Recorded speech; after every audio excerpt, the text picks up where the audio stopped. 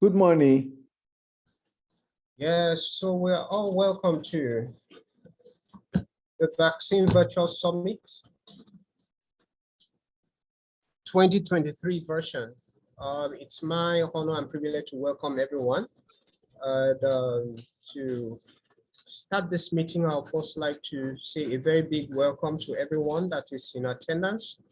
And I want to especially welcome all the delegates, the renowned delegates that we have from all over the world.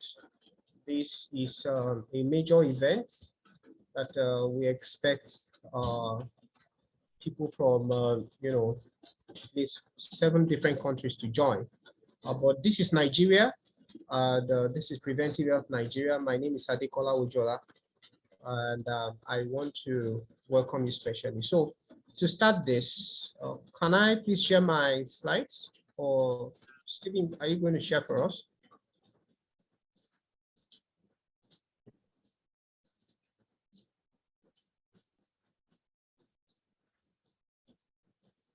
So I want to introduce the meeting, and I want to introduce the delegates. And I want to quickly show you the resume of our various delegates so that we know who is talking to us. So thank you very much. So this is the World Immunization Week. This is a Vaccines Virtual Summit 2023. Can you go to the next slide? And I'm the CEO of Preventive Health Nigeria Advocacy Operations. So what's our vision? The vision of Preventive Health is to be the foremost platform for the advocacy of vaccine preventable diseases in Nigeria. And our mission is we want to connect stakeholders together with healthcare professionals so that we can all be more health aware, and we can prefer sustainable actions that will help us to move the trajectory of prevention in Nigeria. So the next slide, please. And so what are the things we do? One of the major things we do is we hold podcasts every month. And if you look at the screen, you're going to see that if you want to listen to everything we've done, it will take you over 30 hours to listen to the various editions of the various health days and so on and so forth that we've been involved in. Another thing we do is we bring, of course, we do that with the help of experts from all across the world. And I'm happy to say that we have brought the best and the brightest to this faculty. Then another thing we do is we provide outreach support, right? What do I mean by that? Many times, many people want to go about the course of vaccination and they do not know how to go about it. For example, the Redeemed Christian Church of God, we did that the last year. 500 girls got vaccinated, and we processed all that. That's one of the things we do for the HPV project. We also go for advocacy programs. We help churches, schools, companies to advocate for vaccination. And lastly, consultancy services to healthcare companies.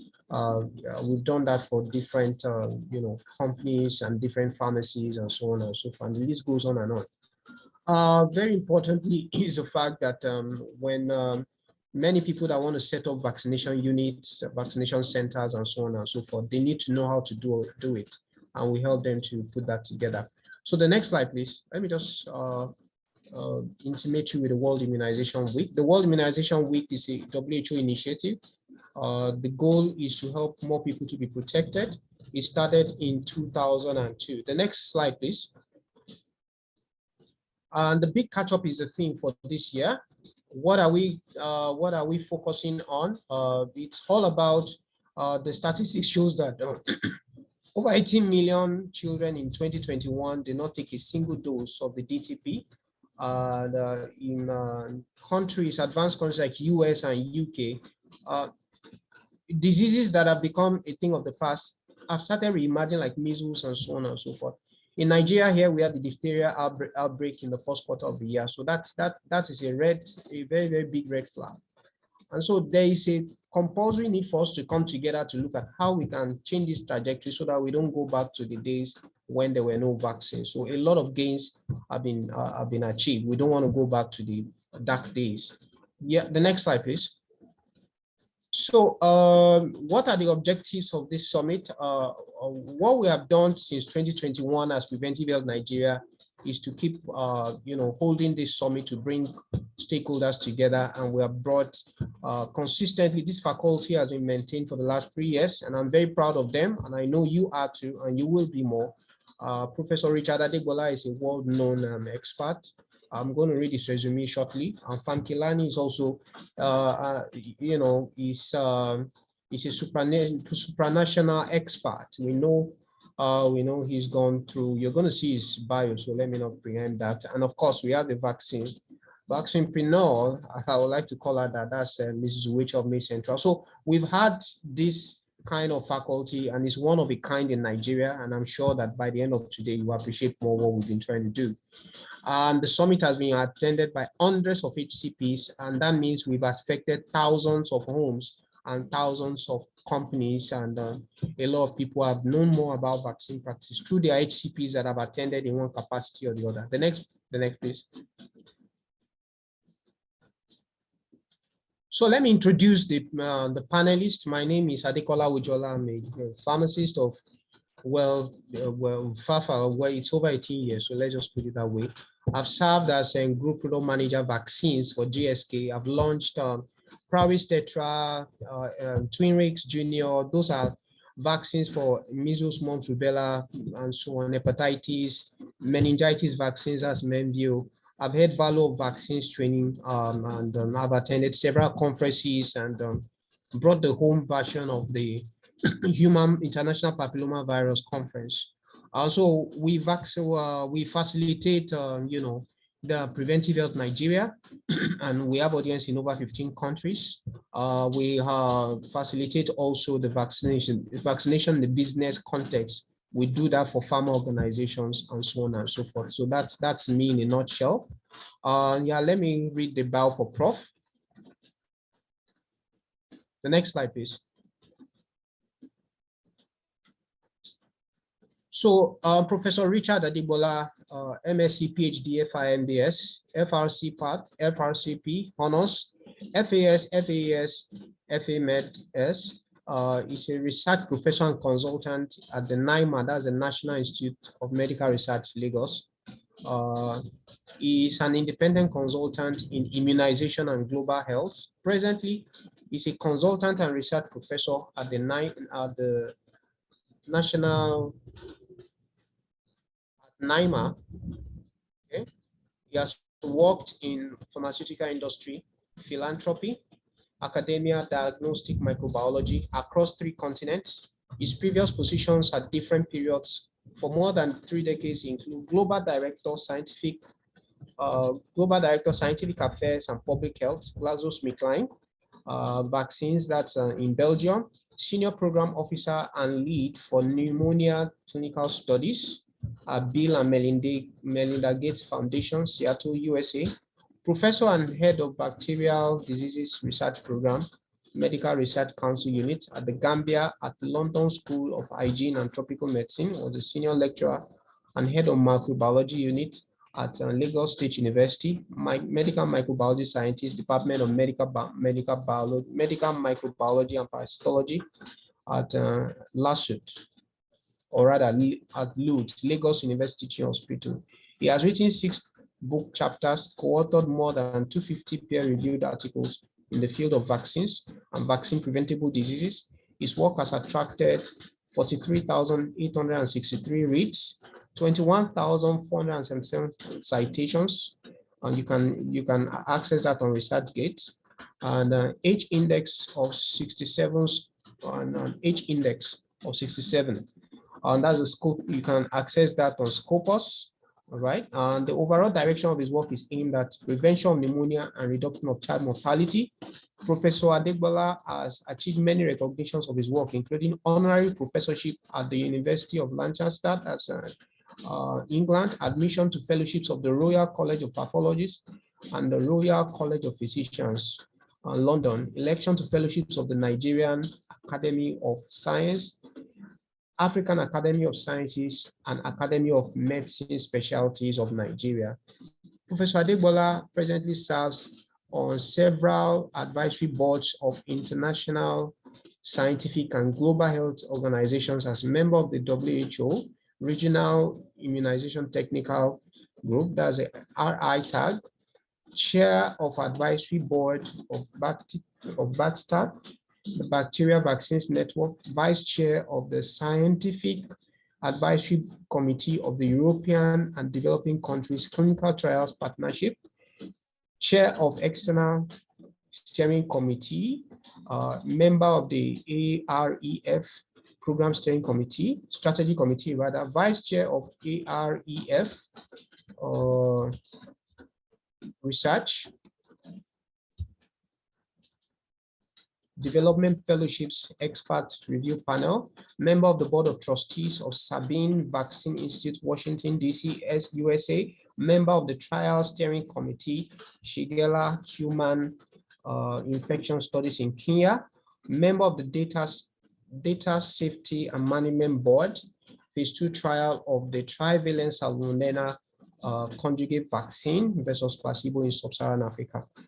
Ladies and gentlemen, welcome Professor Richard Adegbola, and you can see that there is no other person qualified to open this meeting and to do justice to today's first session than him. Then after that, can you give me the next slide, please?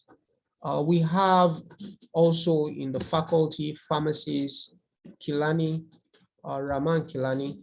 He is a registered pharmacist in Texas and Nigeria and has vast experience providing support to government and multilaterals of state, federal, and international levels.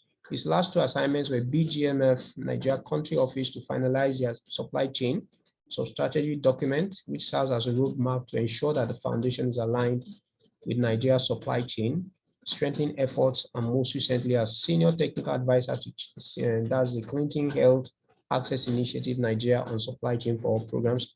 He was a WHO technical officer in Nigeria during the early polio eradication effort of the country, later supported WHO Somalia as a polio operation officer while based in Nairobi, Kenya, to interrupt polio in that country. While in Harare, Zimbabwe office, he provided programmatic guidance across 21 East and South African countries.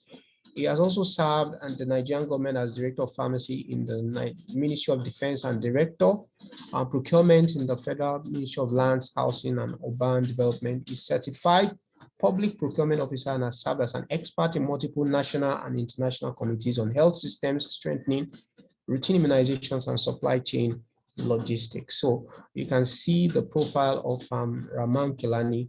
He is a supranational expert, as I said, and we look forward to a very great presentation. And lastly, last but not the least, we have matron, and then the director of May Central. Can you give me the next the slide, please? Mrs. Maureen E. Wicha. She's a public health practitioner who's currently the managing director of May Central Healthcare Services. I'm sure almost everybody on the program knows May Central. She's an ardent advocate of preventive health with emphasis on vaccination immunization. She has attended various local and international conferences and seminars on vaccinology and is a sought-after speaker on preventive health, especially as it relates to vaccines. An ACC major in the Nigerian Legion Corps of Commissioners, Lagos State, serving as a financial secretary of the Commissioners Cooperative in Lagos State. She's a fellow of the International Institute of Professional Security. She's happily married with 2 children, passionate in supporting youth empowerment programs, career coaching, and preventive health advocacy. So, we have a very strong faculty. You would attest to that. And I want to say we are very privileged to have them, and we're also very privileged to have you on this meeting. So we go directly to the first presentation, which is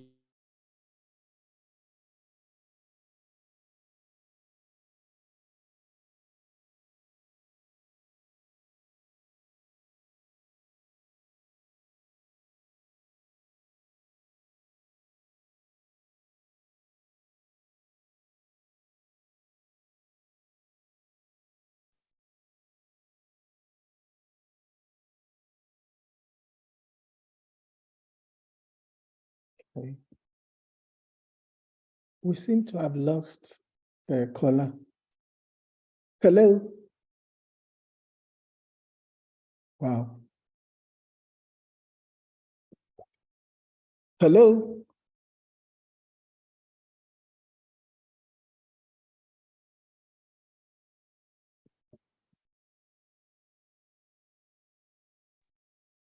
Yes, I can hear you.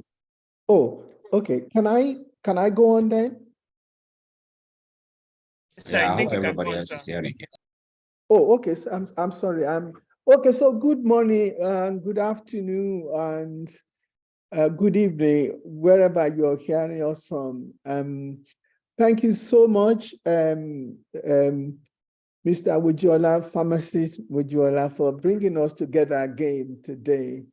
It's really an honor, a privilege to be part of this panelist. I was always look forward to this actually, particularly the mix in the panel. The opportunity that it provides for us to advocate, which is actually what is required if you look at the title of this year's the World Health sponsored Immunization Week. I'd like to thank you again and your team for doing a good job. I'd like to thank my co-panelists also for taking the time to do this, because it's very clear that it's what we are all passionate about. And what you've asked me to do, which I'm happy to do, is to set the stage for the discussion this day.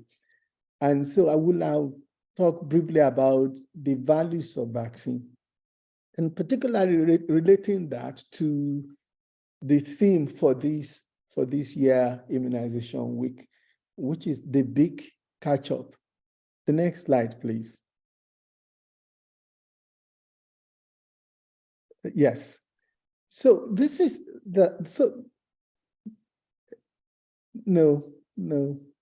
yes. This is my I need to just 1 second.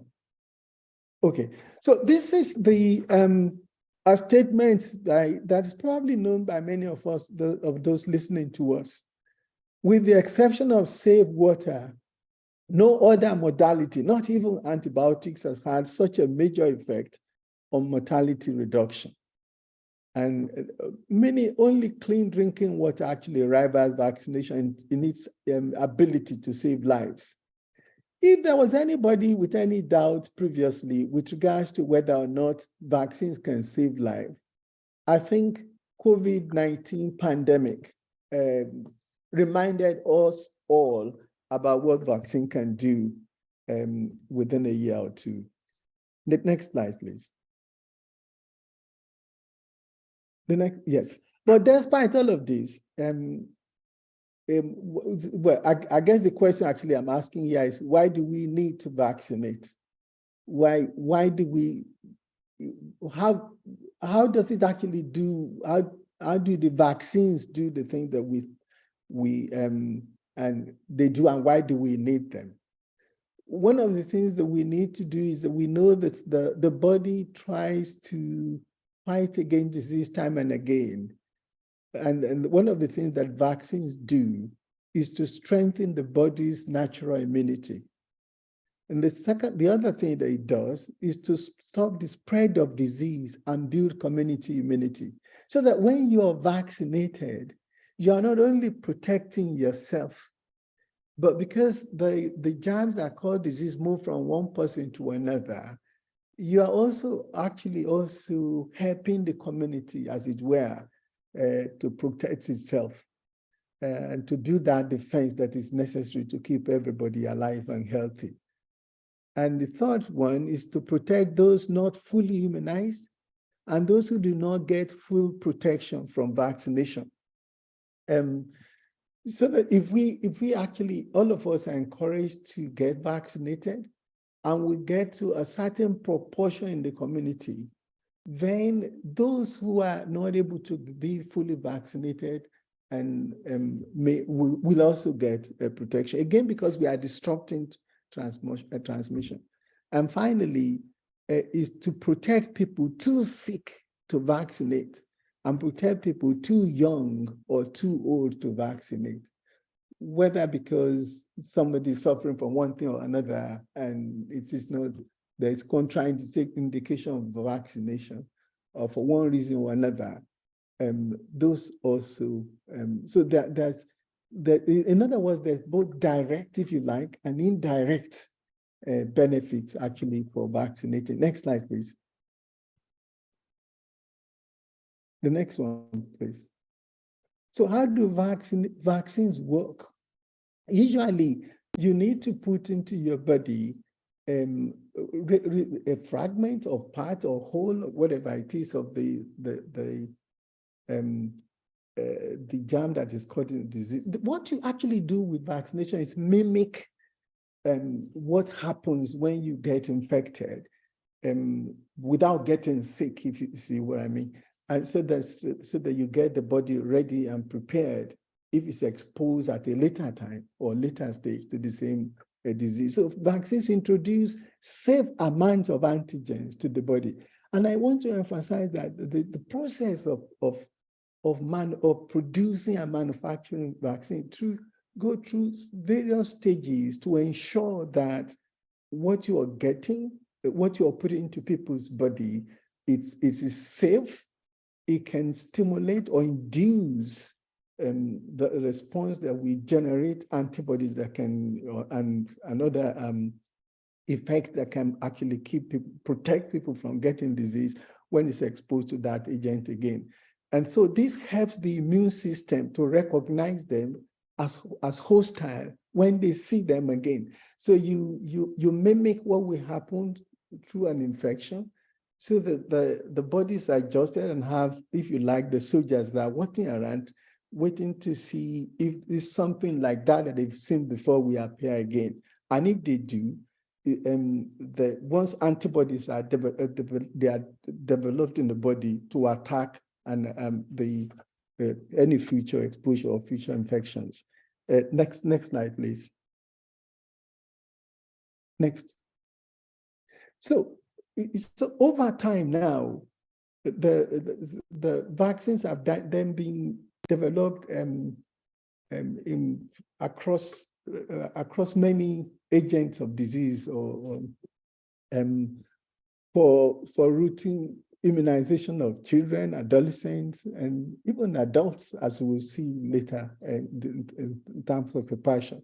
So if you look at the number of vaccines, the like 6 that were available for routine immunization, particularly of childhood immunization in 1964, that number by 2019 on the right, as you will see, I think that's on your left, that number has grown to 16, and it's increasing because, as you can see, that actually 2019 didn't actually include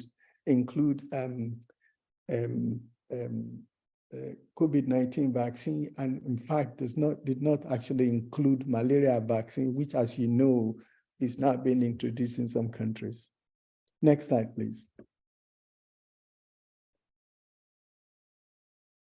Can I have the next one?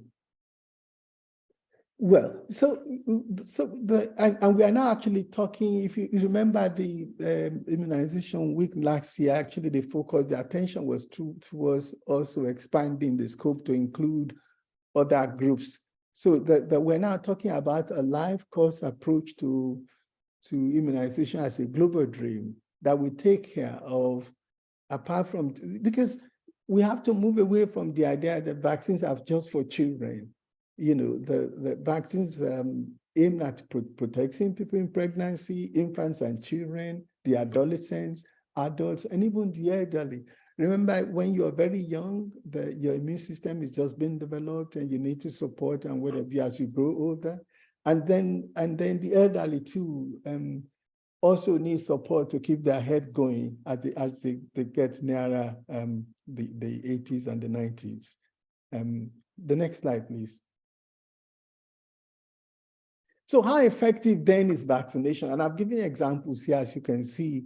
If you look at those bubbles, if you see in 1910, what the levels were of diphtheria cases, and you move towards introduction of vaccine and the way it's disappearing towards 1965. You can illustrate that with pertussis as well. Look at 1957, introduction of vaccine, the number started decreasing. So look at what it is in terms of those bubbles in 2015. And measles also is another indication of what's been happening.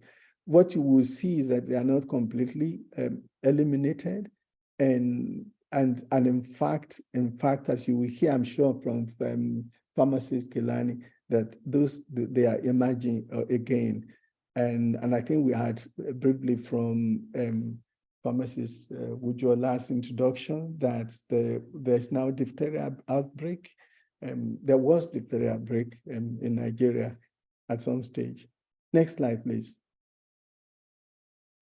And I just throw in this slide actually to illustrate that my own experience actually with what vaccine can do during my work with others at the UK Medical Research Council laboratories in the Gambia. This is when the HIV vaccine was introduced into routine immunization program. And you can see what disease used to be. It actually just disappeared after about 4 to 5 years of immunization. For me, it was one of the best exposure I had to this, and a fulfilling experience I had in my work as a researcher or investigator in vaccine preventable diseases, that you can virtually eliminate a disease. And you probably know actually that the only infectious disease that's been eliminated so far is smallpox, and that was achieved by global introduction of smallpox vaccination that was, of course, spearheaded by WHO and many investigators as well. Next slide, please. So what are the values of vaccine? And I'll just summarize that in the next few slides. Next slide, please. Next slide, please. So this is a summary slide. In fact, that 3 million has been shown now by UNICEF to be 4 million deaths prevented every year by vaccination. And in terms of global disability, children saved from disability every year, 750,000. And in terms of economy, that you can actually, the benefit of vaccines to low and middle income countries over the next 10 years, this was a slide that was made about 4 years ago, is $150 billion. And the estimated annual healthcare savings over the lifetime of the people born that year was 43 billion. That in terms of the economic impact that can add to countries where poverty is major issues, you can begin to imagine what vaccine and vaccination can do to people in our countries. The next slide, please. And according to, as you can see here, it's been shown that vaccine programs in 73 low and middle income countries will prevent over $782 billion in cost, $1 billion in cost associated with diseases between 2021 and 2030. Next slide, please. And this is a slide actually that's showing the cumulative deaths abated by the number of deaths that you actually prevent over time in children less than 5 years. If you begin from 2000 to the number increasing actually to 2019, which was the last time this was reported, although that's been disrupted by the COVID-19 pandemic. The next slide, please. So despite all of this, so this is the issue.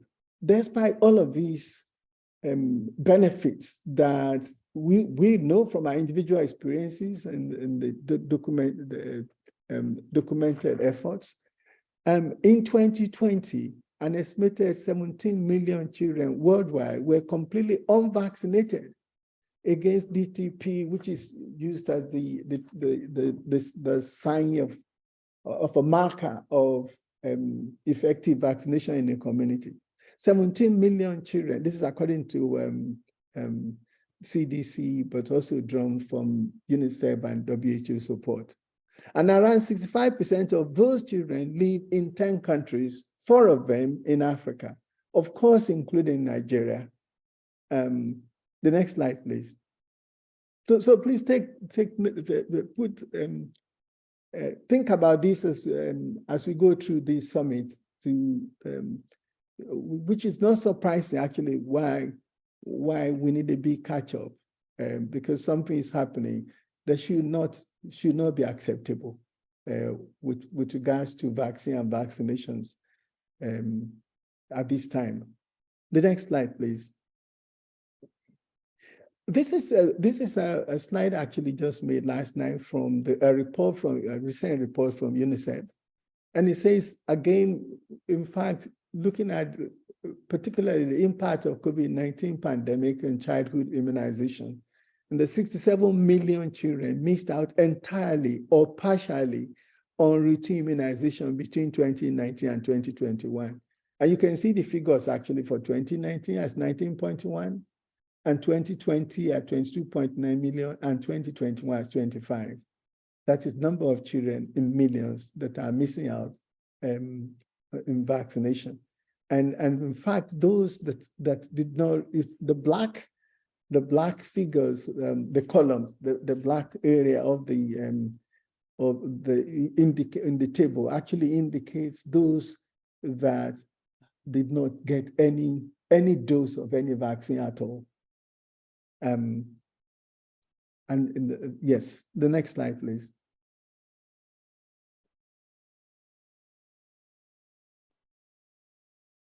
The next slide, please. So there's a need to do more than we are currently doing. Life-saving vaccines are required everywhere, but they are more required in low and middle income countries, including Nigeria. If you remember that map, 10 of those countries are mostly actually located in Africa, in Asia, and Southern America. And 4 of them clearly, including Nigeria, are in low and middle income countries. Next slide, please. So the big catch-up then is recovering the idea is actually to recover the gains of immunization. And in a recent IFPMA article, the IPMA is International Federation of Pharmaceutical Manufacturers and Associations. They listed a number of you can get from that report actually, a number of events that they think that we need to undertake if we want to actually revert the downward trend of the benefits of vaccination. We need to restore global childhood routine immunization to what it used to be, or even better, before the COVID-19 pandemic. We need to address zero-dose prevalence in children who fail to receive any routine vaccination. That should not be acceptable. And we need to identify the reasons that may differ from place to place, even within a country, and address them. We need to improve HPV vaccination rates, which is very low in many countries. We need to make polio the next disease eradicated after smallpox vaccination. There's been tremendous effort to get rid of polio. And as you know, Nigeria and Africa has been also successful in this area, but we need to be vigilant. It's not over yet. And whatever it is that is needed to be done to do that, whatever advocacy from our own part that we need to do must be addressed. We need to show interest across life course approach to immunization, that immunization is not just for children, for groups and adults that will require them to sustain life and living. We need to explore the role of vaccines to combat antimicrobial resistance, which is also a major global problem with regards to managing disease. even after vaccination, those that are still exposed to disease and infections. We need to maintain incentives for manufacturers to continue to invest in R&D. My own experience working with the industry is that we need to isolate them, and they need to be part of the stakeholders on the table, because no matter the efforts and the plans that we make, we need to get those who eventually will make the vaccines available have a say in that process. And of course, accepting and areas where there could be conflict that we need to be sorted out and declared. We need to ensure flexibility around regulatory frameworks. And there's a lot of effort from WHO and other international organizations, global health organizations, helping to support countries in order to do that. I was actually really happy to read recently that Ghana and Nigeria have gone ahead to approve once the trial was completed of a malaria vaccine that looks very promising, that's now being undertaken a phase 3 trial. I think that's a sign of good things to come, actually, in terms of facilitating readiness, availability, access and availability of vaccine to those who need them most. And we need to continue to address misinformation with scientific evidence. And that's the issue with social media and social system these days, saying all the wrong things that you need to see. That we need to be careful the source from which we are getting our facts and data about vaccine and immunizations. The next slide, please. I think I'm almost getting to the next slide. So what we need to do in Nigeria, increasing vaccination coverage, which is very low in Nigeria, as we have mentioned in the map. Nigeria is one of those countries where we're actually below the recommended coverage. Despite all the efforts, the commitment of the program and the government and the people, we need to do obviously much more than we're doing now to increase vaccination coverage. Next slide, please. So I've given a list of things to be done here, and honestly, it has to be a multiple approach to address what the issues are. We need political will and increased funding. We need community engagement, and I say bottom up and vice versa, because we need to have some kind of advocacy at community level, and I think the preventive health is contributing to that, even by a program like this, whereby we make communities and environments aware of the benefit of vaccine, and so that they begin to demand that they need that from their local governments, from state governments, regional, what have you, so that it's not just coming from the top, but it's also, the demand is also coming from the bottom, if you like. The health system deficiency needs to be fixed. Absence of delivery services, shortage of healthcare workers, which is getting worse. So we need to be innovative, and what are the other ways and means by which we can actually make sure that people who need vaccines have access to them. Unavailability of vaccines are scheduled, particularly, in local, in regional or provinces where it is difficult to move from one place to another. Going on the day of vaccination and not getting the vaccine can be discouraging for you to come to the next time.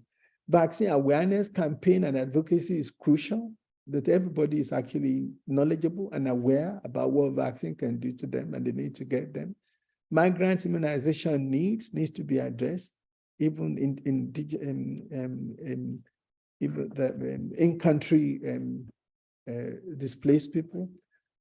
Hard to reach areas, conflict and instability, missed opportunities that we should explore, indirect cost of vaccination, and digital monitoring and electronic recording, particularly getting data that and making people aware of what the data tells them in their vicinity, so that can help to change things, because you may just think it's happening in other places and know where you are. And there's also the issue of vaccine hesitancy that is creeping in that we need to address. Although I have difficulties with this sometimes, because you can only be hesitant when the product is available. I mean, if you need to make sure that the vaccine is available and accessible, and then you can begin to tackle. We need to be aware there could be vaccine hesitancy and include that in an advocacy program. But I'm not sure it's the focus because you need to have the products available and accessible to you actually to start saying you don't want to get vaccinated. The next one, please. The next slide, please. I think I'm almost getting to the end of it. The next slide, please. Is that all? Is that my last slide? Yes, sir. That's your last slide, sir. Okay, so thank you. So I think I've ended that with what we need to do in Nigeria. I think the bottom line is advocacy awareness, even at local settings, so that we can begin to create demand from bottom up. And thank you for listening. I hope I will have opportunity again to reflect and answer some questions that you may have following the presentation. Thank you. Over.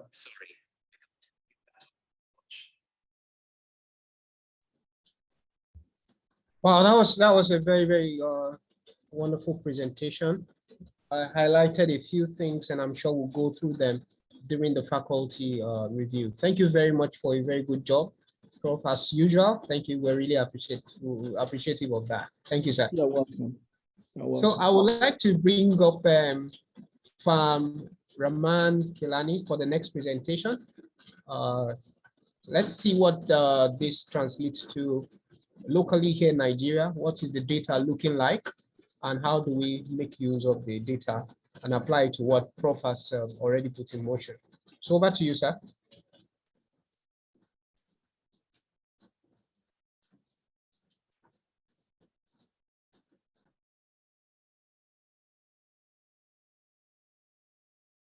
No, okay. Good afternoon, everyone, and thank you very much, Prof, for that general view on the vaccine issue, and lots of good advice to the vaccine community on what to do to be sure that things are better. You will realize during the presentation for the Prof that even with the knowledge that we have globally, there are still a lot of people that do not get vaccinated. And sometimes you'll be surprised, even when you have vaccination posts opposite people's house, those are the ones that don't really get vaccinated more than anything else. In Nigeria, a federation that it is, with the federal government procuring all the vaccines for the country, and a national agency that is dedicated for the immunization of Nigerians, a lot is being done. Enough may never be done, just like in a lot of other places and a lot of competing priorities. But we'll continue to talk about it. And as long as the government keeps putting the right type of people in the positions to attend to these immunization issues like we have now, things will continue to improve. Next slide, please. So basically, I have an outline that goes from the background, reason for the unimmunized and the zero-dose children that the Prof was talking about, and what's government doing about it? What have we done with the COVID and routine immunization? What about other vaccines? And of course, what have the community pharmacists in Nigeria been doing to support government efforts in all this? So I'll put it in almost like a discussion format, asking questions and trying to give some answers, as to where we are coming from. Next slide. Next slide, please.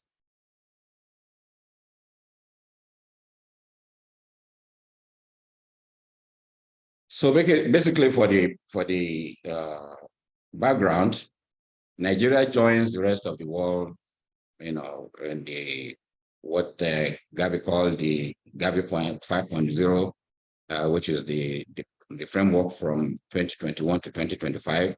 And now we're already talking about the agenda for 2030.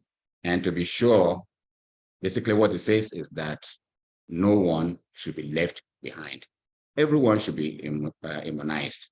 You know, the children when they are born until 2 years old, the adults for adults immunization, and for everyone to understand that everything the prof talk about in terms of communication, what do we need to do, how do we need to educate our people to be sure that they know about the vaccines is put in place.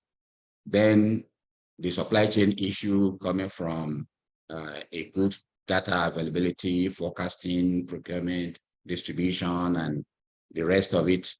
All this has to be taken into consideration, and all of them cost money. And at the end of the day, if we do it right, then nobody will be left behind. It is in not leaving everybody behind that Gabby keep talking about 5.0 and Gabby keep talking about Agenda 2030. Next slide, please.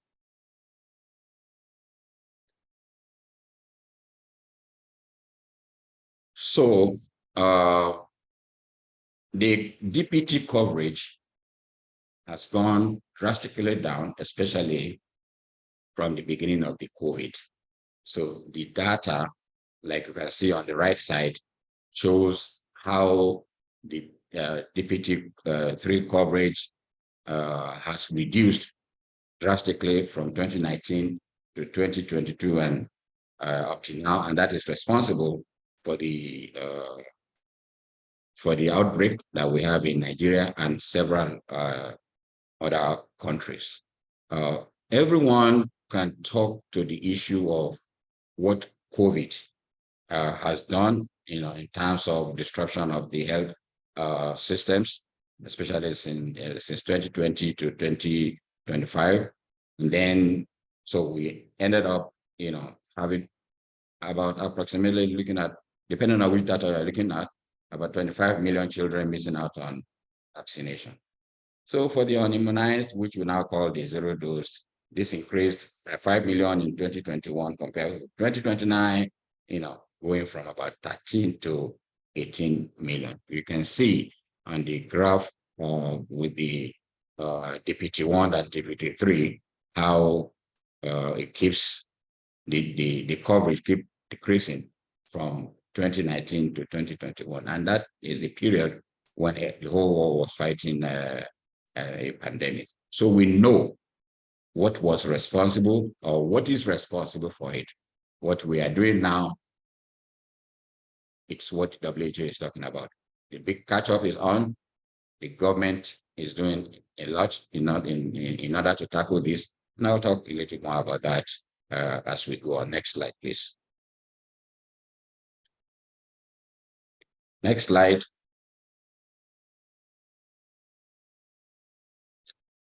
So, you know, despite the efforts of government, 10 countries actually accounts for 62% of zero-dose children, and they also represent 59% of the children missing out on measles vaccine. So it's the same place.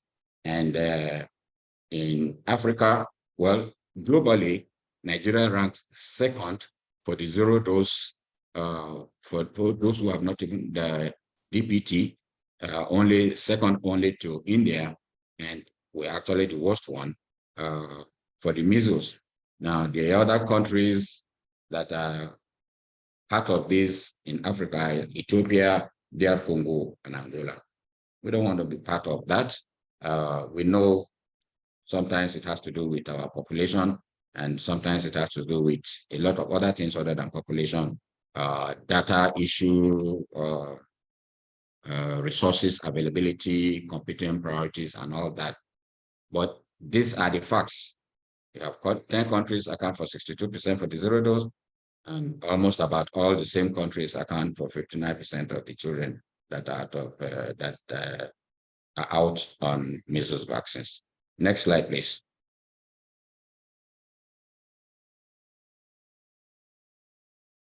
So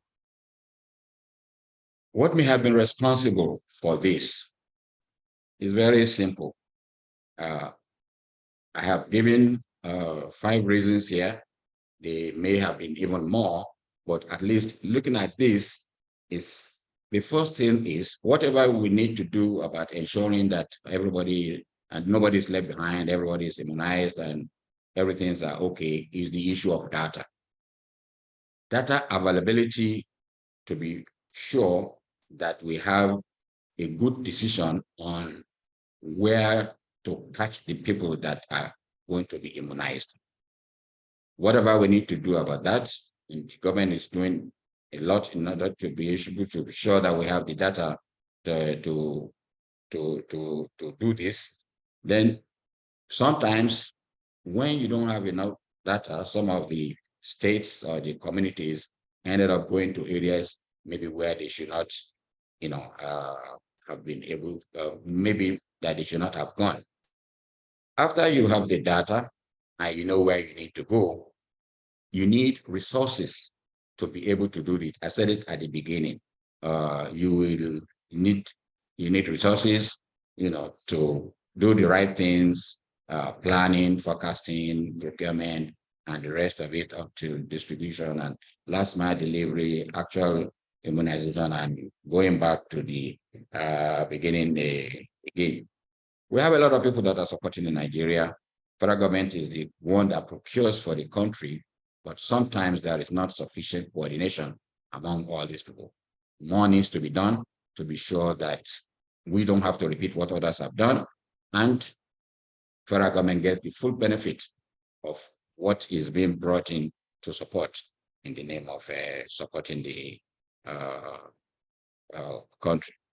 After we have done that, then we need to have proper monitoring, such that we have evidence-based data to be able to plan for more action on this. So those are the reasons that we have been responsible for some people, sufficient number of people to rank us the way we have been ranked, not to have gotten DPT and to have, at the end of the day,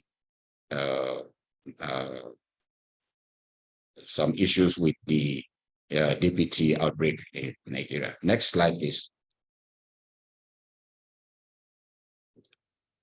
So for COVID, federal government has done its best to be able to be sure that they work with the rest of the global community, the African Union, and the rest of them to tackle the pandemic.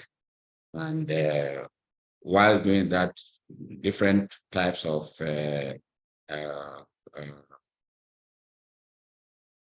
prioritization, planning, and immunization activities have been put in place since the beginning of the pandemic. The last one is is what is called the scale 3.0, which is actually going towards and have gone to the point of routinizing the COVID. You will see the data in a minute, but essentially at the beginning of the pandemic, we were doing a campaign mode. Now it is being routinized. We have a scale 3.0 where COVID is being given with the rest of the routine immunization vaccines, and every opportunity, whatever activity that the agency responsible for immunization in Nigeria is embarking on to support the COVID, especially because some people still don't believe that COVID still exists. But whatever we do on COVID, whatever resources are available on COVID is also being expended on the routine immunization, which is a fantastic idea and actually being copied by some other countries outside Nigeria. Next. So what effort is the government doing to increase coverage in Nigeria? A lot, beginning from leadership and coordination. We have a good leadership team in primary healthcare in Nigeria, and they are doing fantastic coordination, improving the demand, and ensuring that service delivery are up to par. Then, of course, I've said before, the monthly tracking of RI performance at LGs and health facilities and monitoring, improving the monitoring and evaluation. The supply chain, is being properly managed to ensure that vaccines come in and are distributed and get to the last mile. And of course, advocacy for timely release of funds for procuring the vaccines and ensuring that outreaches and everywhere that we need to give the vaccines to the people are reached. So those are the efforts. You can see there. You can read more about it. It's the demand is up to par. The supply chain is there, service delivery, and of course ended by the finance. Next slide, please. So how well have we done in terms of immunization? Well, in the last 10 years, there has been improvement in immunization coverage, in Nigeria from 2011 to 2031. Targeted efforts and effective collaboration that are required for significant and steady improvement in immunization have been put in place. And Penta 1 and Penta 3 national coverage from our data sources says that the improvement keep happening. So that is why if you look at the mixed NICs from 2016, that was done in 2016, and the one that was done in 2022, to look at the coverage of 2021, there has been improvement of about 12% in that. Next slide, please. And if you compare the mixed NICs of 2016 and 2021, we'll see that 34 out of the 36 states, including FCT, recorded increase in Penta 3 coverage, with most significant improvement coming from UB. Then 7 states actually achieve at least 80% target immunization coverage in 2021. 80% is good. It's not the best. People still can have up to 97, 98, 99. But this is the data showing that there is a general improvement in this coverage. And these are assessment coverage, not programmatic ones. So Nigeria is improving. Nigeria is working hard to make sure that this immunization is sustained. Well, like I said at the beginning, it takes a lot of things, and maybe like Prof said, it takes a lot of activities and programmatic issues to be sure that it's always on as we expect it to be. Next slide, please. So COVID, we cannot say something without talking about COVID, but Nigeria has targeted 70% of the eligible people for COVID vaccination. You can see the data there, 115 million plus. And those that have been fully vaccinated are 72.6 million. 83.5 million people have taken their second doses. No, they have taken their first doses, while 23.3 have taken their second dose. Remember, some of these vaccines are one dose that is fully immunized. That's why you have that little 23 million for the second dose. Of course, 14 million people taking booster doses. Vaccines are still available. Everyone is encouraged out there to go and take the vaccines. And for the proportion of population that at least have taken one dose is 72%. And for those that have been fully vaccinated, it's 62.6%. That is the data available in the country, official data as at 23rd of April this year. Next slide, please. And you can see that about 6 states have actually had coverages that that indicates that everyone eligible to take, or from, at least from the data that is available to the country, everyone eligible to take COVID vaccine have taken it with different other states at different percentages. The other thing you can say is that percentage is good. What is the real actual figure? Because when you are comparing some states with 15% and others with much higher percentage, and the 15% has a larger population, you understand probably what I mean here. But the point is, the work is ongoing. People are still taking COVID vaccines. We are encouraging everybody to go out there and get it in our primary healthcare facilities and even secondary hospitals in the country. Next slide, please.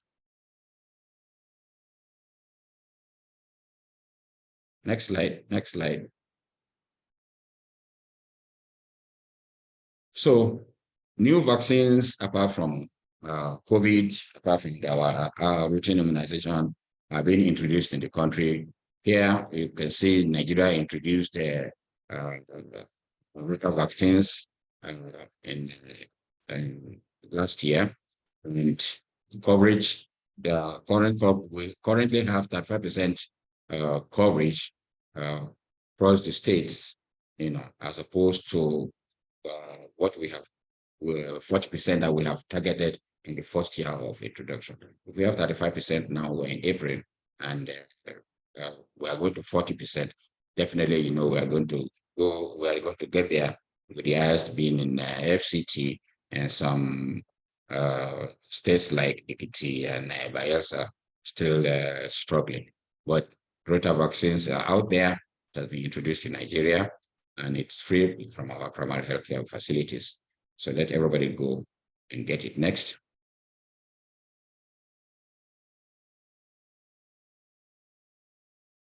Yeah, that is the now Nigeria will introduce single dose HPV vaccine, later this year in September for 9 to 14-year-olds, and efforts it's on course to be sure that this happens this year. So last year it was Rota, this year is HPV. Next slide. And recently Nigeria also applied and got approval for the malaria. Next, for the malaria vaccine that is available now.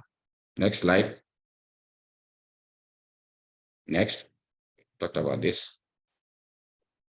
Everything we need to do about malaria has been done, and then Nigeria will get the benefit of the malaria vaccine very soon. That has been approved by NITAG. The community pharmacists in Nigeria are not left out in the effort of the government to be sure that vaccines are not only available from the government health facilities, but in other places, to ensure that those who are not able to get vaccines at the time when the government hospitals are open are able to do that. So community pharmacists outside Nigeria, ordinarily, with everything else that they do, has to do with vaccines in terms of provision of vaccines, bringing it in, distributing it, and ensuring that vaccines are available in good quality to everyone. Also, now they are now also administering vaccines as approved by the federal government of Nigeria, and supporting the education and awareness efforts of government. So those are the first places that people go to when they are sick, and now the vaccine issue are being supported by the community pharmacists, pharmacies that are registered to do that in Nigeria. This is a very good thing that the Community Pharmacy Association are doing, and this is something that is not in every state as at now, but we do have 6 or so states that are already benefiting and taking care of this one. Next. And this is the next slide, and this is the next slide. So I just put this one here to say that some of the things that have been done by the MPA, CDA, and Community Pharmacy Association Technical Working Group is to develop a SOP for community pharmacy led COVID-19 vaccination, which will also now eventually go to the other vaccines. Some training concepts have been also developed, and some of the IPs of USAID, MTAPs, especially have supported they're supporting the community pharmacies in the states that are already participating. They are listed there: Rivers, Akwa Ibom, Cross River, Cardinal Oyo, and FCT.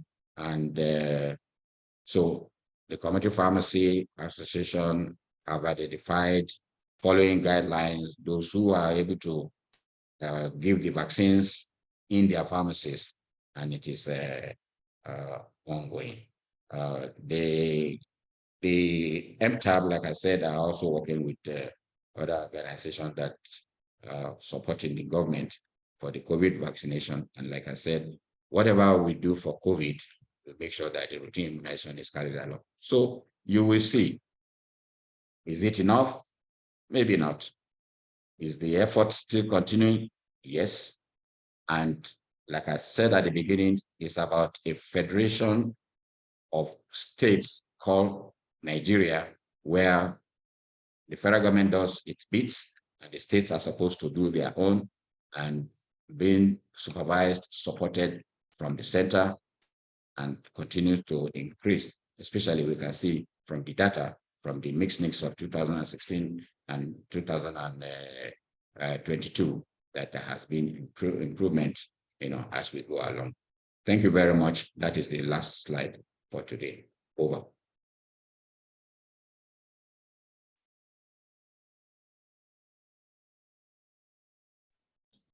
Wow.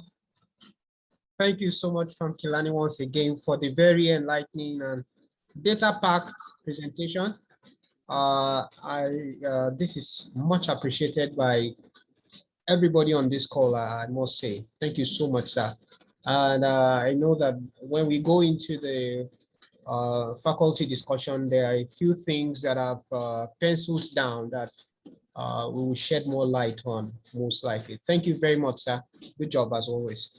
And last but not least, I want to invite Mrs. Maureen Uwecha, the Managing Director of May Central Healthcare, to share with us what are the practical findings on the field in terms of the private field of vaccination. We're talking about, we call them special vaccines, but what we really mean is the vaccines that are not provided freely by the government, that are paid for out of pocket.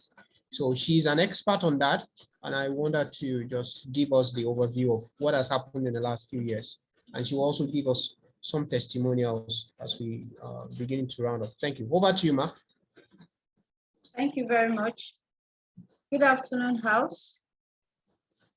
And I really appreciate all our signing on to this Vaccine Virtual Summit this year.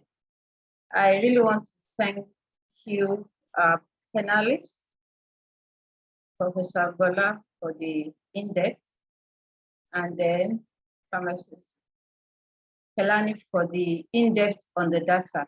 Thank you very much. So I will just be talking on driving increased participation through private vaccine initiative. Can I go to the next? And on this, we'll take a look at the flash from the past 2 years. That's after the COVID-19 pandemic. We'll just have a brief look at the diphtheria outbreak, the lessons for the season, what we learned from it, vaccine shortages and out of stock, the impact and implications of that on the private vaccine outreaches. Then we're going to talk about ideas to promote more participation in vaccination, especially during this World Immunization Week. And of course, we take some testimonial. Yeah, can we go to the next slide, please? I see the panelists that have spoken before me have actually talked so much on the diphtheria outbreak. And we actually got this report from the WHO telling us about, the suspected cases of about 724 in the 2 states in Nigeria. That was in Lagos and in Kano. And about 313 cases were confirmed, and a total of 89 deaths were recorded as well.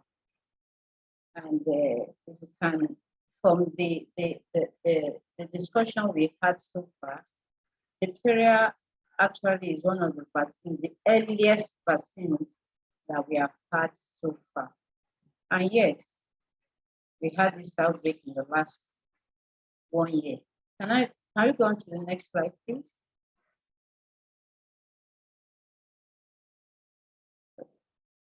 I just want to talk a little briefly on our response as May Central Healthcare to the outbreak. By the time this outbreak came in, we had to do an in-house sensitization, creating awareness drive. We equally send letters to the health management organizations that are registered with us, informing them about this. And there was a wide public enlightenment through SMS blast and social media engagement, including WhatsApp, to as many that we can get to. And in May Central, we actually made an effort to vaccinate all our staff and family members with this special DTP booster vaccine. And awareness creation at all our May Central locations too were being done. As the clients were coming in, we were letting them know. And I can tell you from all this effort that we did, there was a huge number of response. And the DTP is actually being administered in Nigeria as of today at 6 weeks, 10 weeks, and 14 weeks. However, in May Central, we tend to follow, additionally, we tend to follow some of the WHO standards. And at some stages, through the adolescents, the DTP booster is equally administered. But when we had this outbreak, because a lot of our clients, adult clients, were actually concerned, and presently there is a vaccine that offers a booster dose to the adolescents and adults. And there was a very huge response to that.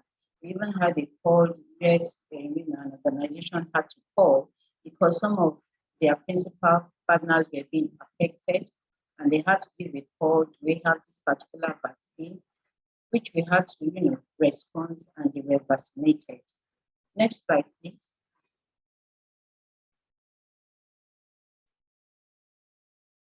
Yeah, private vaccine. I'm going to just talk briefly on a flash from the past 2 years. With the COVID pandemic era, we had had a very challenging and turbulent period in Nigeria. And with all this restriction, it was not so easy. And we've also had some significant supply shortages and out of stock of some major vaccine as a result of the diversion of the vaccine manufacturing companies to support the rollout of the COVID-19 vaccine actually. So because of that, there have been a kind of shortage to supply or out of stock of some of these major vaccines to our country. And it actually posed some challenges to us at that time. And we also saw some major vaccine manufacturing stop production of certain special vaccines or their supply to Nigeria, making it a bad situation for us. Next slide, please. And then in the past 2 years, we saw the continuing devaluation of the Naira and the forex scarcity. That actually brought about, that vaccine, this special vaccine, took a big hit in terms of price escalation, unable to pass on most of the cost because HMOs and the vaccine clients were very, very price sensitive. escalating costs of doing business, especially in cold chain management, has actually been a challenge in the past 2 years as electricity, diesel, petrol prices kept on rising wherever they were available. So because of that, we had to, put some significant investment in renewable power sources like the solar and inverter to maintain the cold chain for the vaccine. Manpower too took a hit as the Japa syndrome in Nigeria in the past 2 years was, felt everywhere, especially in the healthcare sector. And I can tell you, in our private practice here too, we had a turn, as most of the healthcare providers had to, relocate outside the country to keep up the overseas employment. Next slide, please. At this point, I must say, but it was not all bad news all over, because the arrival of the COVID-19 pandemic actually created more awareness on the importance of vaccination across all age groups. You can bear with me that we live in a society that believes kind of that vaccine immunization is only for children. But with this COVID pandemic, it's actually created that it's not only children that can be given vaccine. Vaccination cut across all age groups. There were some key vaccines that were out of stock. They became available too. So vaccines like the human papillomavirus vaccine, the varicella, they became available, which made for those of vaccine like the HPV and varicella who has a follow-up dose for us to continue with that. Now, part of the good news was that a new main central location at Ikorodu was opened to bring its services nearer to the Ikorodu community. And it has been a welcoming center, since its opening. Then this also, in the last 2 years, we found out that some of our HMOs have included adult vaccination in their plans for the first time. And of course, we have had the approval of the malaria vaccine by NAFDAC, a private sector marketing authority holder. And with all of this, we can say it was not all bad news all through. Next slide, please.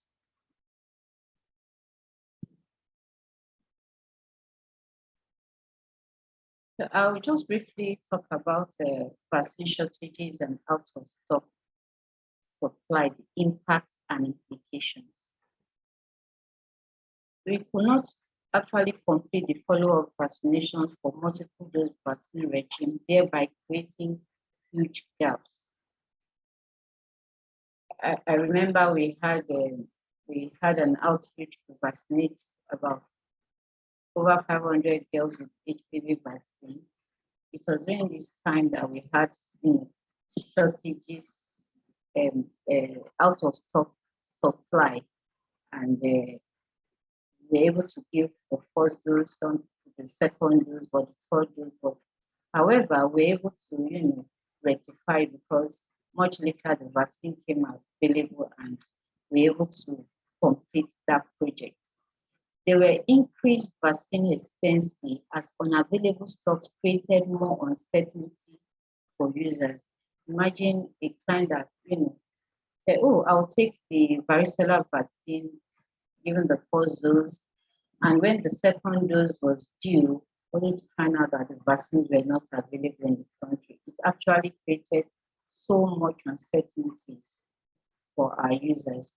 Then we had negative effects on sustaining herd immunity at levels already achieved.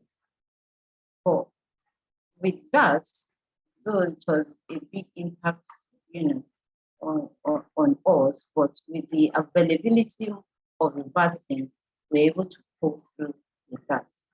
So I'll move on briefly to the next slide, please.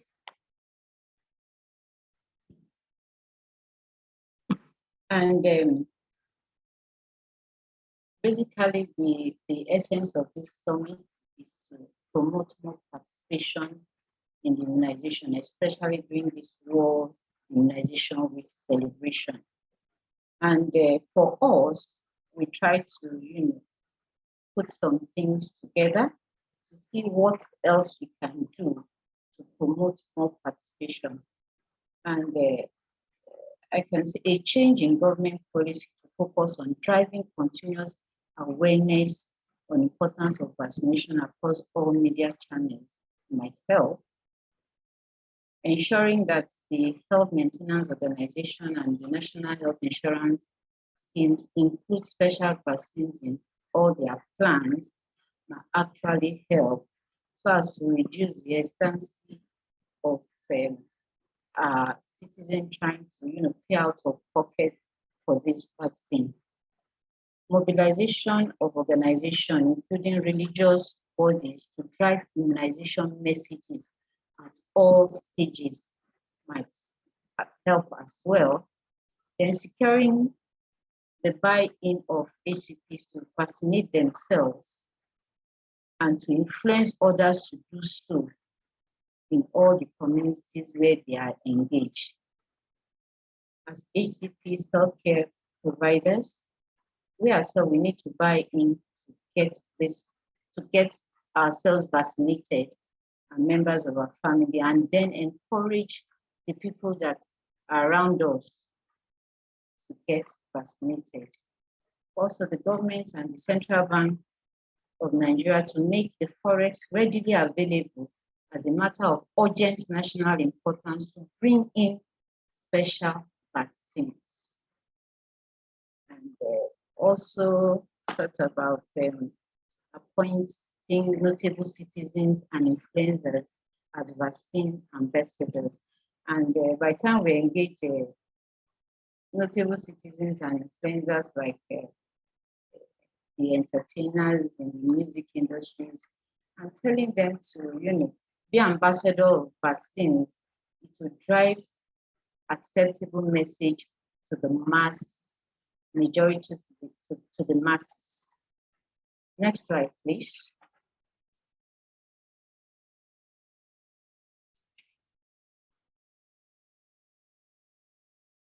And I must say, over the past 2 years as well, we've had some mother coming to share their experiences and telling us about the testimony. I remember about 3 weeks ago, I just walked into one of our locations in Akoka, and I was just warmly greeted by this mom who said, "Oh, thank you so much, madam. You introduced me to the flu vaccine, and I tell you, I've had all my 3 children vaccinated, the one that used to have a lot of issues with, cold, catarrh, everything has." Then in the last 2 years, they've not been to the hospital for such matter. She was really, really so happy. And we've had over and over, testimonials like that from various mothers whose kids have been vaccinated with special vaccine that they hardly fall sick. And at this junction, I must let us know vaccination is not a cost.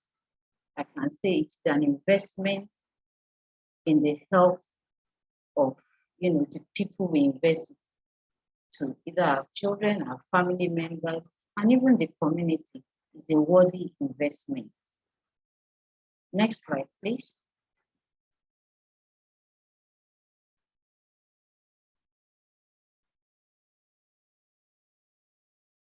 Next slide, please.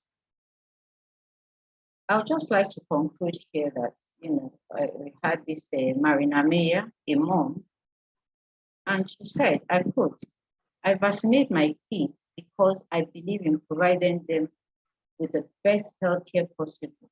Vaccination plays into that because they protect children from harmful, sometimes deadly diseases. Failing to vaccinate intentionally puts my kids and even other kids at risk. We are so fortunate to live in a country that makes vaccinations available." Another mom, Jeffrey, said, "Vaccines are safe. and they save lives. Fear endangers them. It's a simple message that all parents need to keep hearing. Vaccines are safe and they save lives. I cannot completely conclude this without saying a quote from the Director General of the WHO, who says, vaccines are one of our most important tools for preventing outbreaks and keeping the world safe. While most children today are being vaccinated, far too many are left behind. Unacceptable, it's often those who are most at risk, the poorest, the most marginalized, those touched by conflict or force from their homes, who are persistently missed, of course. And that is the essence of this summit.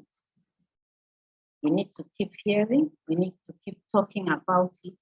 Vaccines are safe. And we need to keep encouraging, and it has to start from us. Have we been vaccinated against most of these preventable diseases? Members of our family, have they been vaccinated? We need to reach out, and we still need to keep talking about this over and over. Next slide, please. Thank you so much. Thank you, thank you. And I can't just round up this without some video sending by some of our mothers to mark this World Immunization Week. And for the fact that they heard that there's going to be a summit, they just wanted to say something. Please, can we have one or two of those videos?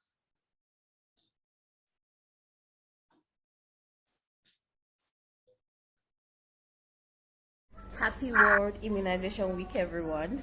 My name is Mrs. Christabel Obosi. I'm an architect and interior designer here in Lagos.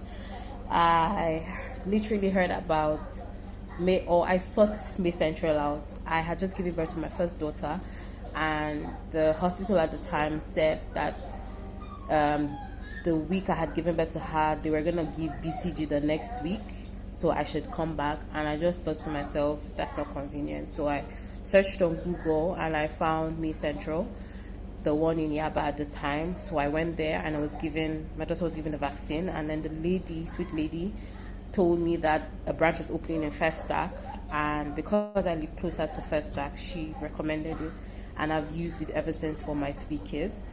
How did I hear about vaccines? I mean, literally as a child, my mom used to call it inoculation at the time. So I used to ask her, what is this mark on my hand? And she'd be like, oh, that's where you were inoculated. So that's literally how I was introduced to vaccines. And I know it's very important to, just keep at bay diseases that usually used to affect us before. It's not as stringent as it used to be because of vaccines. Has it been difficult accessing vaccines for my family? I would say no, just because I'm very aware of it, and I have a good healthcare provider in May Central. So they remind you before your date is due, and they literally track you down. So the nurse will call Miss Subosi, you haven't showed up, and that has really been helpful, just keeping me in remembrance of my dates for vaccines. Will I recommend May Central? 100%. They have been so good. They have made life easy. Even they do home service. There was a time when I had just had a CS, and they came to the house and administered vaccines to my other children. So I would recommend them 100%. And I just want to say, everybody should catch up on their vaccines, because it's very important with the way the world is going, the pandemic. It's always good to be immunized, right? So happy Immunization Week, everyone, and thank you, May Central, for being great. Wow, thank you. Thank Thank you you so so much. Thank you so much. Good Okay, day. We're Mr. and Mrs. Fadoju Timitayo.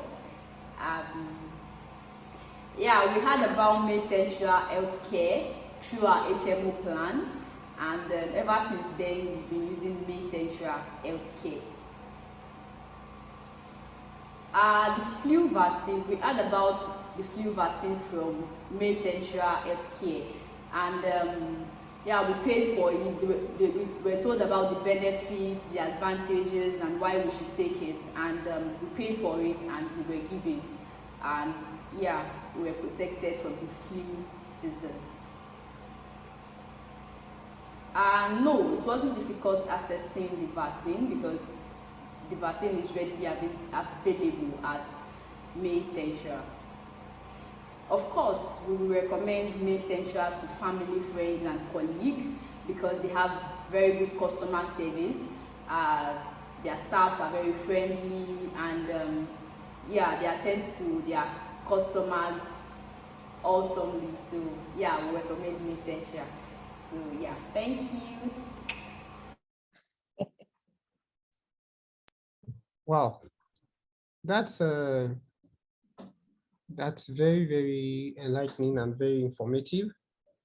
Thank you very much, Mr. Wicha, for showing us those testimonials. I think that they speak for themselves, and they talk about the importance of the convenience that the private sector brings to some of these what we call the private vaccines, the ones that are not available, and even the ones that the government gives specially, that the government gives already. They can also take them in the vaccination centers. And that boils down to what the pharmacies are trying to do that Farm Kelani talked about. And I'm hearing a lot of things about availability, so on and so forth. So thank you very much for that. Before we break out to the faculty discussion, I would like to recognize amongst us some very eminent personalities. Everyone on the call is very, very important, and I must appreciate we've had over about 120 people join this webinar for the last 1 hour. Thank you very, very much. And we are already getting ready to round up. But we must recognize the former Minister of Health, Professor Isaac Adewale, a very, very prominent, of course, everybody knows him in Nigeria. Thank you very much, sir, for attending. He promised to attend and he's here. I'm sure Professor Adewale is excited to see him on the call. Yeah, you can see smile on my face. Prof, thank you. Thank you so much, For everyone. coming, Prof. Thank um, you for coming. Thank you, Thank you, Richard. sir. Thank The you. presentations were quite enlightening. Thank you, sir. Thank you, sir. We're very grateful. Do you have a word for us on the World Immunization Week, sir? Just a word to encourage everyone. Yes, I of course. think the only thing one can do is to really support that presentation, that immunization is not a cost, it is an investment. And when we look at return on investment, if you invest $1, you can get as much as $20 back in terms of return on investment. I'm sure there are very few businesses you can do in this world that will give you a 24 return. So it is very profitable to give vaccines and get our children immunized. And there's nothing to really worry about immunization. So thank you for the presentation. And let's get our children, younger ones, now with HPV coming, and even adults immunized. Thank you. Thank you, Prof. I'm sure you are very happy to see that HPV is becoming a reality. All the hard work you put into HPV for so many years, we're happy that by next year things will start happening. I'm excited. By this year, actually. Oh yeah, wow. Thank you, sir. This is 2023 already. Thank you very much, sir. We're grateful. Thanks for joining, sir. Thank you. Thank you, sir. I would also like to recognize the chairman of Healthcare Providers Association of Nigeria, Lagos State Chapter, pharmacist Mrs. Bola Paul Oze. Thank you very much. So she cuts across all the healthcare providers, all the different, doctors, pharmacists, nurses, everybody, and medical scientists. I think she represents all of us. Thank you very much for being on the call today. And there's one more person I want to recognize. I can see all our friends from GSK, from different pharmaceutical companies, but there's somebody from Ghana, pharmacist Simon Kasa. Every year he joins us for these meetings. And I really must appreciate you. All the way from Ghana is always with us, always with us. I think we should come and have a preventive health Ghana one of these days. It's really encouraging. I think we need to talk. Thank you so much for always being on the call. What I want us to do now is to quickly talk about the major points that the panelists have mentioned before we break out into the questions and answers. Then Zolon will have a 5-minute presentation. I hope Pharmacist Toby is ready for that. So, sir, I will start with Professor Adegbola. The faculty will just discuss a few points on the things you mentioned. I think the major thing I got from your presentation was the cost of not immunizing, the cost of not vaccinating. I could see the figures you churned out, about $43 billion is what we gain back by the time we immunize between 2023 and 2030. That's huge. That's for the low and middle income countries. And I can see, I even saw something that showed that we can even go from the $20 return on investment that Prof mentioned to up to $100 based on the ratios that you have shown. So thank you very much for that. Another thing you mentioned was the issue of 2020 COVID-19. But what's surprising is that those things did not reverse in 2021. I mean, things got worse in terms of the number of children that did not get any diphtheria, DTP immunization, not even just one dose, they increased. And so what do you think is responsible for this? Why did we go through the challenges of 2020, then we crossed into 2021 and things did not reverse, rather they got worse? So I think we should discuss that, because it's a common theme in all the presentations that the zero-dose children have increased tremendously, not just in Nigeria, but across the world. So I think we need to discuss that. Prof, over to you, sir. Well, thank you. I think, and I'd like to acknowledge the eminent people who have joined us in this advocacy. I'm sure they are passionate about what you're talking about. That is why they have taken the time to be with us. So I'd like to join you in congratulating your team in making sure that people like that actually, like everyone actually that has taken time to join us. But I'd like to briefly just, before I answer your question, I'd like to talk about, when we talk about cost of vaccine, we don't talk about cost of disease. If you don't vaccinate, so it's easy to say vaccines are expensive, drugs are expensive, and what have you. What is the cost of not vaccinating your child? What's the cost of death? And all the future, the potential that the person could have grown to bring about in terms of contributions to himself or herself and to the community, even globally. Just think about that for a moment and see whether you can compare the two. And then you begin to see what we're all saying, that it is not cost, actually, it's investment. In terms of why there's a delay in catching up, that's why I like the theme for this year of this big catch-up thing, is that that's the problem. When you damage something, to rebuild is not easy, or when something is damaged, it has to be gradual. We can, some vaccines anyway, you have to take 3 doses, and so you cannot take it in 1 month. So so we are gradually, what we need to do is the effort that we are all putting together now at local level, at community level, at global level, to make sure that we are consistent in making sure that we are climbing back and even better than what it used to be, and not to be complacent at all, because it's going to take time to get to redo the damage that COVID-19 has done to the immunization system. I think from Pharmacist Kilani's presentation, we're beginning to see, I'm encouraged by his slides, the efforts that are being directed at every level in terms of increasing coverage of vaccination, which is what we need to do, but it's not going to happen overnight.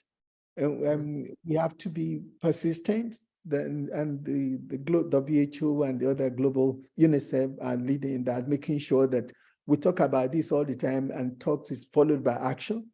which is what we're doing. But it's going to take some time to gradually climb back to where it used to be and even climb further.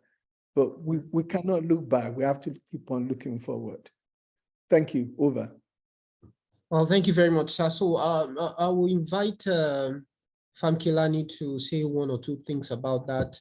And Mrs. Wicha as well, if you have any experience around how a particular vaccine has not done well at all, then what was the recovery process like? If we have any historical in the private sector. But over to you, Famkilani, because I have a lot to I have a couple of things to bring up from your presentation as well. Thank you, sir. Yeah, well, for the issue of some vaccines not doing well or what have you, you will see that when Prof started talking about all the loads of things that needs to be done to make sure that everybody is aware about the vaccines. A lot of people are aware, but sometimes it's not even about convincing, but it's about continuing to drum it into their ears. The issue of mobilization, the issue of making sure that the health workers are available when the people need it, and now the expansion of the places where we can get it. So what government is doing, what government continues to do, is to make sure that vaccines are provided, communication maintained so that people know about it, and then they go and get it. If they don't, people keep, and for those that have gotten one, like Prof said, and you need to have 3, we do the tracking. So the work continues. It's a lot of work. And Nigeria has approximately 8 million children born that need vaccine every year in this country. That's about twice the size of the population of some countries, even in West Africa. And we have to get to all of them. And then if you move the discussion away and start talking about finance, like the Prof was talking, and the issue of how much money does the health department need. So for the Federal Ministry of Health, I'm glad the Honorable Minister is in the House. How much money would the FMOH need that we cater for the things? We're just talking about vaccines now. And there are a lot of all other things that they need to tackle. So, WHO have its guidelines, what percentage the countries should budget for, and then countries will do whatever they need to do, security issue, political issue, and all that. So the work continues. And like our sister have said, let everybody talk to everyone to be sure that no one is left behind. Thank you very much. Over. Thank you very much, sir, for that contribution. Mr. Wecha, do you have any contribution to that? How do you the rapid decline that we've seen that has refused to go down but seems to be widening? I know that there are a lot of interventions you have put up, what you did when there was a diphtheria outbreak. Is there any other thing you want to add to this, Ma?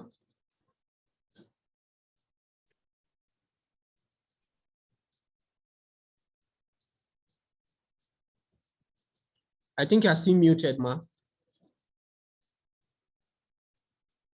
Thank you very much, Ojola. But I just want to add, just like Kelani have said, we just have to keep talking about it. It's not going to take a day, and we just have to keep talking about it. Wherever we are, get vaccinated, encourage others to do so. And where you live in a community where we have mothers with children, encourage them.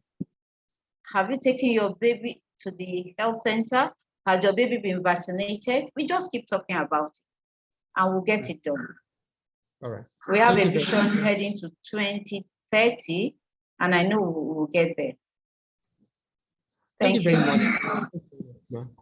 So back to Prof, you talked about the IFPNA, the list of things that are the priorities. I saw that list and I thought that if it were possible for us to just circulate that list for all the participants today, for them to also have it and begin to talk about maybe work stations or develop points around them, because I was seeing that for the first time, and it's such a very punchy list. So what do you have to say about that? What do you think we should do to take that forward so that this not just talk? So, oh, I agree with that completely. That's the effort by FPMA to kind of bring awareness to that. If you look at that list, it's the same thing WHO is actually also emphasizing and talking about. So, I mean, as widely as possible that we can circulate that, that would be something that maybe the preventive health can help to do, and just turn that into bullet points that we exactly. can. You know, so one of the other practical things that you and I actually have discussed or been discussing, hopefully that we can take forward, is to make sure that we start talking about vaccines and vaccination in everywhere that's possible, at schools, at colleges, in the universities, in gyms. You know, that's becoming at least in cities in Nigeria, you have all these gyms and whatever people discuss about. Look at the way now we are talking about exercising. It's becoming, Yes, sir. people are becoming more aware that you need to exercise, you need to eat right. We can include vaccination in that as well, that you need to vaccinate, because it's one of the things that you need to do as well as doing exercise, eating the right diet and what have you. Part of that package is getting vaccinated with the right vaccine at the appropriate time. Now that it's a life course kind of program, it's not. Yes, sir. Because we need to say that a lot in our country, that vaccination is not, some people just say, oh, it's for the children. It's not for children. So, but we need to, how do we make this so common that everybody is aware, is talking about it like they talk about Coke? I think one of the things that everybody, even the most remote villages across the world, knows about Coke. How did they do that? How did we make this so common that everybody, the efforts from the Mrs. My colleague, the speaker, and your organization, that's fantastic. In fact, I was just clapping actually when you brought the parents. To talk about their experience with your organization about that. That's fantastic. We need to get out. We need to make people more aware of that. And so, because when they do, they'll begin, the demand will start coming from them, and not from top down. The top will need to do what they need to do, make the vaccines available and what have you. And then the people who need them, when they are aware, begin to ask and demand for. And that's we're on a road or in a journey. It's not going to happen, but we're going to get there over time. Thank you. Over. Beautiful. Beautiful. I would have loved pharmacist Kilani and Ms. Uwecha to comment, but I have two questions for Pharm Kilani. Maybe we'll just take everything together. You talked about data. I looked about the root causes that you shared. You know, until we get to the root causes, we might talk about issues from today to tomorrow. And I found out that data was one major issue why the DTP coverage began to fall in Nigeria specifically now. What is it about data in Nigeria? Why can we not? Because I saw the other things about monitoring, control, but everything still boils down to data. How can we improve our data collection, sharing, gathering, insights, and making something out of what we have? Sir, Pharm Kilani, sir. Yeah, what I said about data isn't about our data not being sufficiently to catch what we need. What I said is that in order for you to know where to go and target, you have to have a reliable data that tells you that go to XYZ, or that in XYZ, these are the children that have been immunized or not immunized, and this is how to tackle it. Now, we had issues, immediately after the beginning of pandemic in March 2020. And so at that time, the focus of everybody moved away from DPT issues and the normal routine immunization. And so what hit us more than any other thing was the fact that attention went away from our routine normal RI, and we have that. So now, when you now have data, then you will now be able to say, this is where you are going. Now, for those who are actually immunizing during that time, they were not using the most recent available data to do their work. And as such, you find a situation where enough of the children were not being given DPT1, DPT2, and DPT3. Our data has improved, and we have extremely, sometimes when we give data from Nigeria and it is not the best, then the rest of the global community say, yes, that's what the problem is. But you know what? Sometimes when we give data to indicate how well we are doing, they still come back and ask questions like, are you sure that data is correct? Then I'll put it back to them and say, when we said the data was not correct, you didn't argue. But when we say it is now correct, now you are arguing. So we are doing better. We have a lot of data managers, and the federal government of Nigeria work with the partners, WHO, UNICEF, and the rest of them, and then the funders. So the data keep improving. We are doing the monitoring, and then we are doing the LQAS to verify that the data is as it is being said, and things will continue to improve gradually, but definitely. Thank you. Over. Thank you, sir. I would like Prof to comment as well, because what I hear you say, sir, is that the data is there, but if for the look at the local level, at the granular level, the person to carry out a particular action is not able to funnel that data and make it an actionable insight. I mean, the most recent data, maybe that's where we're missing it. For example, I as an independent consultant, now I want to get some data. I know you personally. If I don't know you, I really do not know where to get this data. The talk less of, now funneling it down to what I really need, and to be able to use that data for, oh, all right, so number of pharmacies are vaccinating now in this part of Lagos. This is what we need to do, and so on. And is there how do we get it down to that granular level that anybody that needs it can call for it and even apply it to making it work better in terms of the immunization rates? Maybe that's what I'm hearing you say, sir. No, but quickly before Prof say anything, let me tell you this. Government has its website, and a lot of what I'm saying is actually on the government website. People just need to take their time, go to the FMOH, and if you go to their private, especially National Primary Healthcare Development Agency, there are websites and there are information on it to indicate. And all the some of those graphs that I show are actually there, and we monitor it every day, and it is by date. What I put there was on the 23rd to the 27th. I'm sure we have data maybe now for 26. Government is doing it. Government is putting the data out. All of us need to encourage ourselves to go and look at it. And if we need to ask questions, ask questions. There is a whole department of data. As a matter of fact, government now created what they call an EMID, which is an electronic capturing system for immunization in Nigeria. And when people are immunized in this country now, there are data that can show it immediately. You don't have to go to any LGA to find out that somebody in Zungeru has been immunized. So it keeps on improving, and there are reciprocity for them, and it is in government website. Over. Thank you. Thank you very much, sir, for that.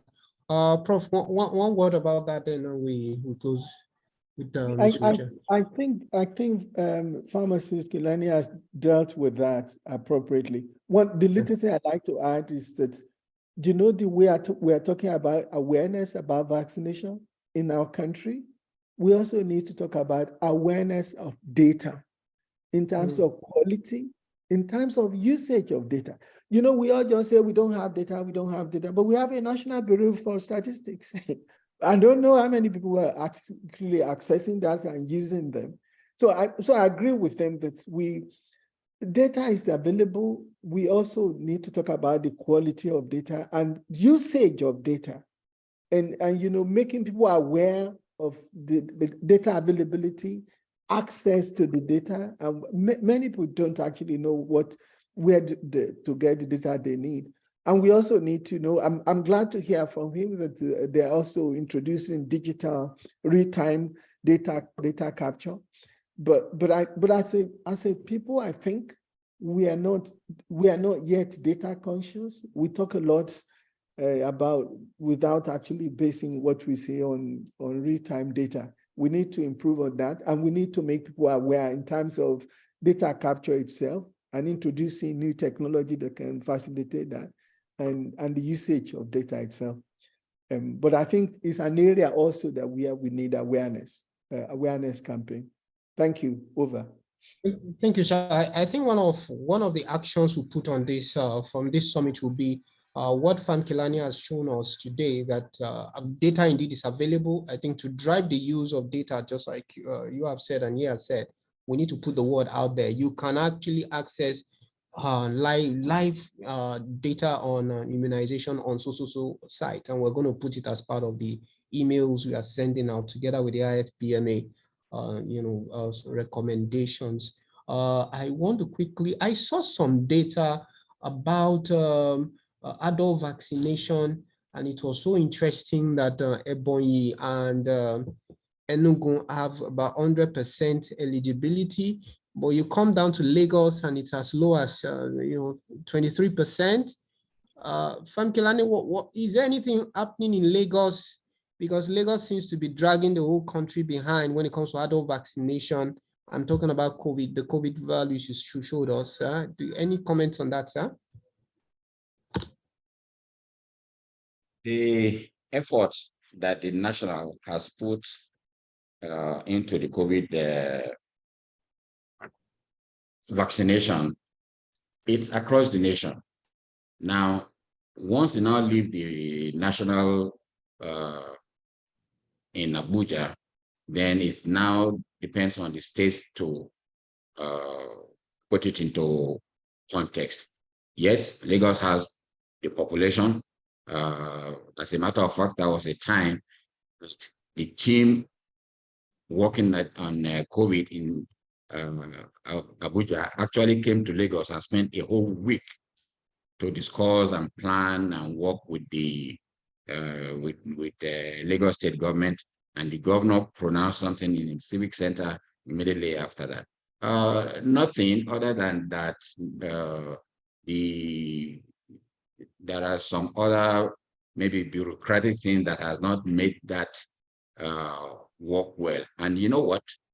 Some of the other states, because health is a concurrent issue, some of the other states that you may have seen have 100% of their 70% vaccinated may have put more effort in that direction. So what is the people in Lagos talking about? What kind of pressure are they coming to bear?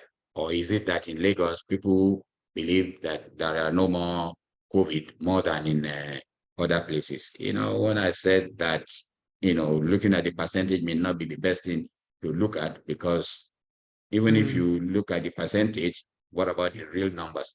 Lagos has a large population, and maybe at the national, we still need to have more engagement with Lagos to see how best to move it forward. But the data speaks for itself. Lagos has not done as well on COVID. But of course, in RI, Lagos is doing fantastically well. Fantastically well. Yeah, you want to compare that, year out, they have more coverages from routine immunization than the other states, but not with COVID. So all those ones, have to be put in context, and then there should be more discussion. And then when you are bringing the COVID to the people, you also need to look at the way the citizens are going to take it. Some of them, you go to them and say, my friend, you're actually disturbing me. COVID, there's no more COVID. Why are you wasting your your time. Then that goes to communication. What kind of communication are we putting out? Is it on TV? Is it on radio? Is it everywhere else? So there are a lot of work that still needs to be done before the next pandemic. We need to solve this one first. There are vaccines. There are enough vaccines, and anybody that wants to take COVID, it's available. But more work in terms of communications and social mobilization still need to be done in Lagos to move the figure forward. Thank you, over. Oh, I wow, think- thank you. So much. Can I add Yes, a sir. little to that? Yes, sir. Go ahead, sir.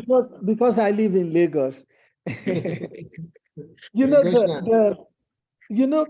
it's just to add a little to what Pharmacy Kilani has just said. I think one thing that we all missed with COVID, and not surprisingly because it was a pandemic, is to actually bring the level of awareness from disease. Not later when there was vaccine and throwing vaccine at people. There was so much denial about the disease itself, even before the vaccine was available. Some people from all sorts of sources, what people were listening to, I don't want to start mentioning places to avoid confusion. But you know that some people actually even didn't believe there was the so-called disease, and there was the COVID-19. So if they don't actually believe in the disease, how can they receive the vaccine? So I think we need to, for me, one of the lessons from that pandemic is that because another one is going to happen, we don't know when, because of the nature of things now, the way we are living and interacting with nature, is that we start advocacy right from the disease stage. Take people along with you.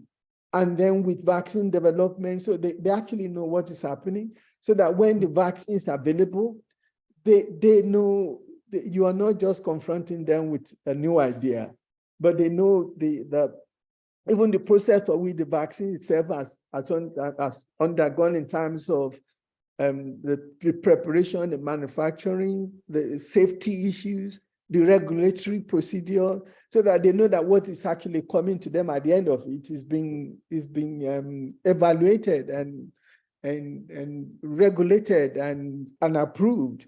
I think, I'm not saying it's going to solve all the problem, but I think clearly it will increase understanding in the community. I think for me, it's probably one of the things that we need to do more. And that is not limited to Nigeria, it's all over the place actually. Thank you, over. Thank you, sir. Very good one. Finally, before we go on to the Q&A, I think I must commend what Ms. Suwecha is doing with the HMOs, and it's clear that HMO is driving adult vaccination, especially with the private vaccines. So the issue of HMO, how do you go about getting an HMO involved in your facility and in getting private vaccines to be acceptable on their various, what do we call it now? On their various plans. So, Ms. Iwecha, can you share just one minute on that before we quickly? I think we've really taken, we've overshot the time. You've had a very good success with the HMOs. Maybe you just want to tell us how does the private insurance market, how do they value I know that there's a way you can quantify the impact of these things on the individual that's taking the vaccine. If a person in my company takes diphtheria vaccine, it will not be down with diphtheria and will not lose man hours and so on. How are these justifications made, and how are they? Because there's a great learning in what you have shared about what HMOs have contributed. Over to you, Ms. Iwecha, just done. Yeah, thank you very much. I can say that the HMOs are actually insurance organizations, and in a way they want to maximize their profit in a way. However, by the time we have a new vaccine comes in, we always send to them and do some presentation to them, telling them of the importance of this vaccine. Take, for example, the typhoid fever vaccine. I mean, by the time they get to know, oh, if an enrollee is vaccinated with typhoid, you now have to visit the hospital over and over, being admitted for this. It's more cost effective to them so they will gladly, take it on. And that is how over time we keep telling them, we keep, informing them. And by the time they come aware, they easily put it in their plans. And that is where we have come a long way with them anyway. But I think we are still working on it, telling them the benefits and the rest of it. Thank you. Thank you very much, ma'am. Thank you very much. So I think we can now go on to the questions. I've seen some on the platform, so I'm just going to read them out. Professor Adewale, Minister of Health, former Minister of Health, has commented, thank you so much, Raman, about your comment on the trustworthiness of our data. Okay, thank you, sir. Thank you, Prof, for adding that. Someone is asking here, since community Biola Bolanle, since community pharmacy has been included in vaccination in Nigeria as obtainable outside the country, what is the government doing to empower or support private immunization centers, given the many challenges they face, especially manpower and cold chain maintenance? Community pharmacy. I don't know. Let's direct that to Fam Kelani. Let's hear what, maybe you have an idea of how to go about answering this.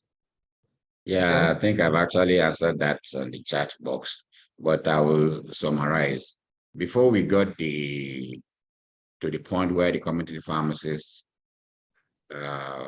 start giving COVID vaccines in Nigeria, in the states that we have mentioned, the Community Pharmacy Association knows a lot of work that went into it, the discussion, the engagement, the training, the SOPs, and all that. With the attendant cost, it will still have to happen if we are going to do it with other private facilities. We have crossed one, then we should not drop the ball, and the other ones will come. It's a matter of time. So there are processes, and then government cannot allow just anybody to be giving out vaccines, especially those ones that are injectable. So if they are not going to do that, then there are certain criteria. If there's going to be certain criteria, those private facilities, we have to meet those criteria. And they have a lot of other things in their hands. So it will happen. Somebody just need to pick it up and we follow through. And government is always willing to listen. Thank you very much. Over. Thank you very much, sir. I think for the legislation to have even favored that, I think I must say a very big thank you to people like you that have championed this cause over the years, and MPHCDA relationship with Association of Community Pharmacists of Nigeria. It's really commendable. And I think the legislation is the first step forward, and many other things would continue. Thank you, sir. Another question from Rufus Mago Ogene. I'm a pro-vaccine person. I almost have a tattoo mark on my left hand as a result of vaccines I took when I was growing up. So he believes in vaccines. I even took yellow fever vaccine a few years ago as a requirement for a trip to Kenya. However, I'm against mRNA vaccine because of the makeup mRNA. So Prof has indicated he would like to answer. So go ahead, sir, Prof. Yes, sir. Oh, I was actually trying to respond to him by writing, but then I can. My first reaction, the first question is this: he said he doesn't like, he's against. That's a strong word, though. He's against mRNA vaccine because of his content. I'm not quite sure I understand what he meant by that, so it's difficult for me to answer directly. But one answer that I can give is general, that mRNA technology is as a result of technological development in new ways of making vaccine. One step back, before the pandemic, it took 5 to 10 years to develop a vaccine to its usage. During the pandemic, because of the crisis that faced the world, and exploring available technologies through the mRNA technology, they were able to, actually to develop and evaluate a vaccine within a year.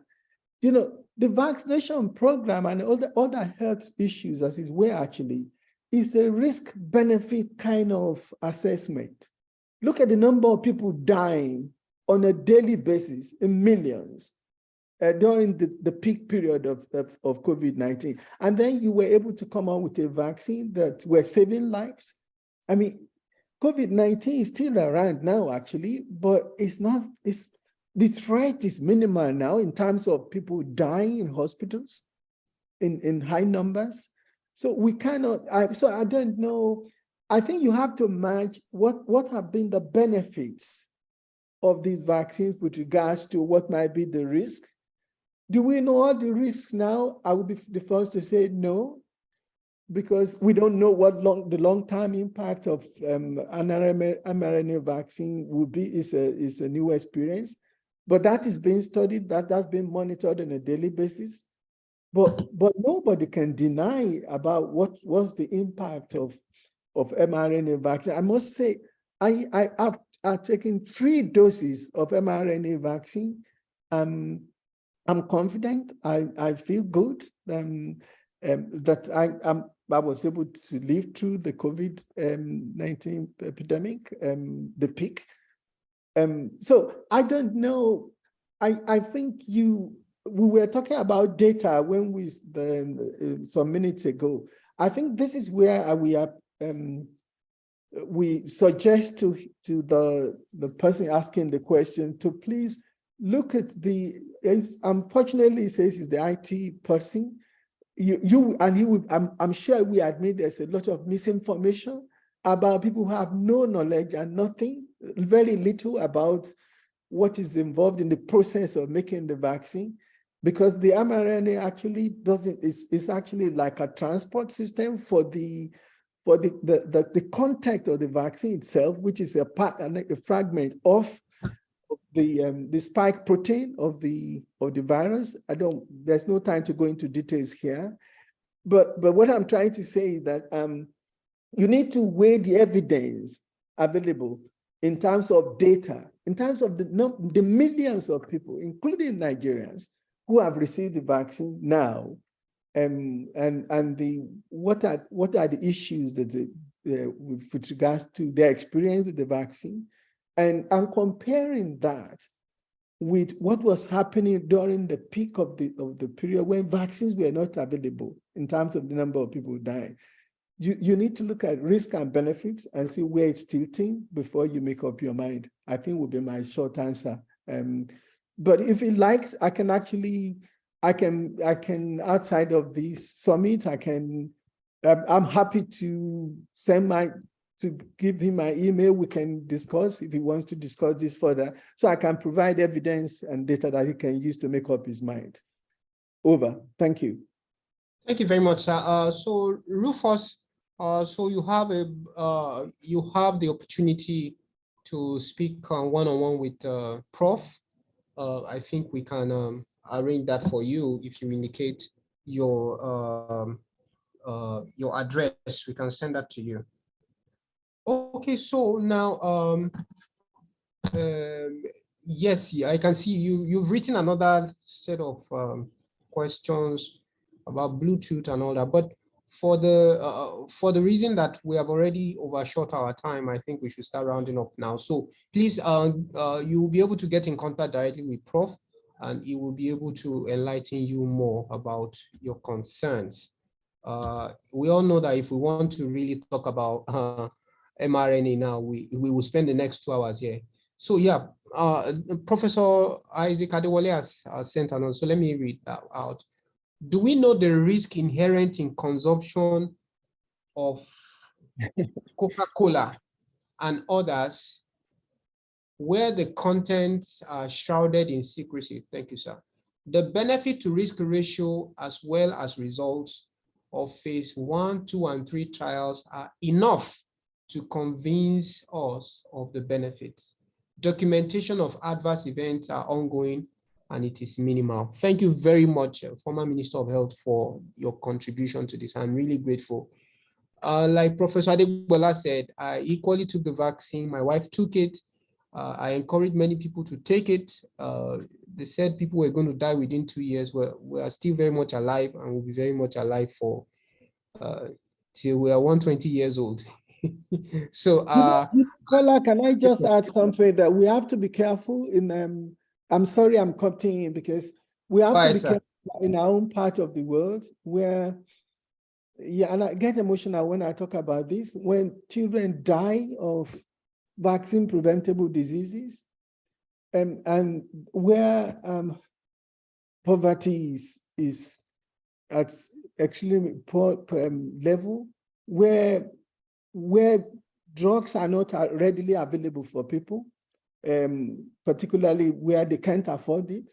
I'm not talking only about Nigeria, but this is of course issues with low and particularly low income countries and low and middle income countries. We have to be careful what we are getting from the West about, because it becomes like a business here, actually, the so-called anti-vaxxers.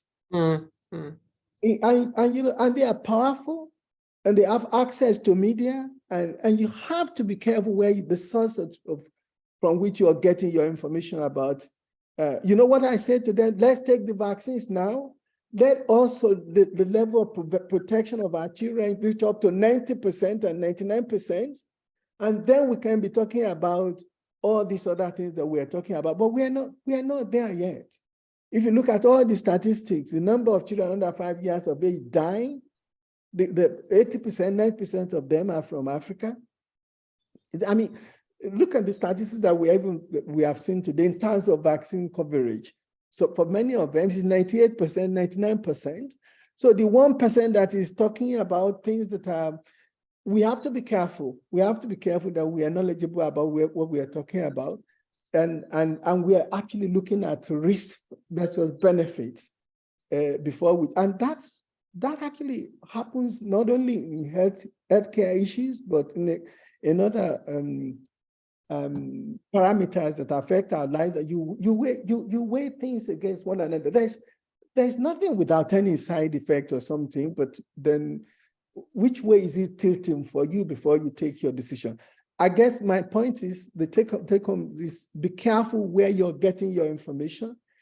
Go to the authorized websites where you can actually get information that's been verified and based on evidence and data. Not people just throwing things all over the place on social media without which are in most cases not evidence-based. And we have to be careful about that. Thank you. Over. Thank you, sir. I can relate with the passion because Prof here has worked in GSK and he knows the pain the company goes through to bring out just one vial of a vaccine, the years of research and development. It comes down to, you know, supply chain optimization, comes down to sales, marketing, you know, managing. And now if people do not appreciate the value of all that work, then it just makes a lot of effort and money, a lot of money go down the drain. And like Prof has said, the anti-vaxxers are very powerful people. They have a lot of dollars, millions of dollars to spend to speak against vaccines because they have something to benefit. So this is the part many people do not know when they go to different sites and they see all these things flying and they do not really verify. But just like I said, Prof has given, okay, now he has shared his address. So Prof, we can pick it up from there. So we can talk to you, we can have a meeting with Prof. Somebody is asking, how do we know the HMOs are approved vaccines so we can engage them? Maybe Ms. Wicha wants to answer that because Zolon has a presentation, just 5 minutes, and we want them to come up now so we can close the meeting.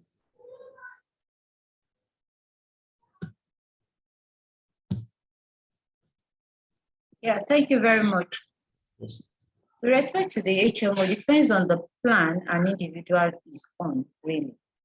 And I can't at this particular summit say this and this are the HMOs that are probable. Majority of them are coming up with the adult vaccination and special vaccine. Thank you. Okay, great. Thank you. So before we close the question and answer, I just want to find out if Professor Adewale wants to say just one thing to round up the Q&A before we take the commercial part of the presentation. Thank you so much. I do Sure. not think there's really much to add, but to thank the eminent panelists. It's been a wonderful session. And to those who are still scared of vaccines, there's really nothing to worry about. Professor Adegbola claimed to have had 3, I've had 4 of COVID. I've had 3 AstraZeneca and 1 Pfizer. And I had no complaint whatsoever. Yeah. And I did it deliberately, 1, because of my age, because of my exposure. I'm also in the health sector. So if you visit a hospital, you must be fully vaccinated. In fact, that's part of the African Center for Disease Control initiative of getting 100% of those at risk and 100% of healthcare workers immunized. So if you're a health worker, that you really have no choice, if I were you, than to get vaccinated. So please, mothers, parents, guardians, there's no harm. And stated by Professor Adegbola, the benefit to risk. Everything we do in this world has a risk. Even sitting down has a risk, drinking water has a risk, but we look at the benefit. And when the benefit far outweighs the risk, then please go for it. And my advice, please go for vaccination, get your children immunized. Thank you. Thank you very much, Prof. Yeah, that is very valuable information, and I must say that we hear what you have said.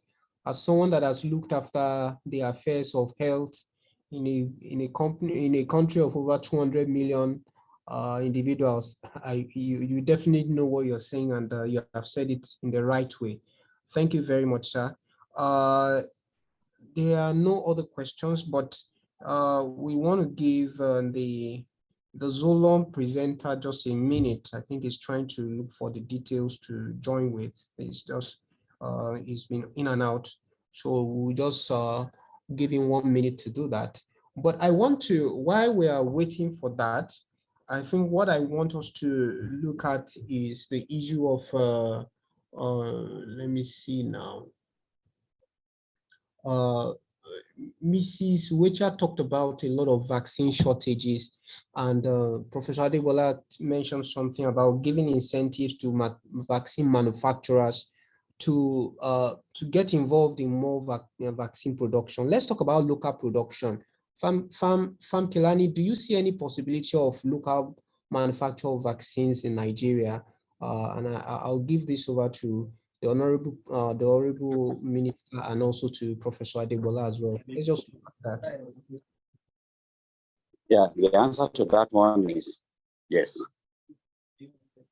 There is already an engagement with the federal government and some organization to start manufacturing vaccines in Nigeria.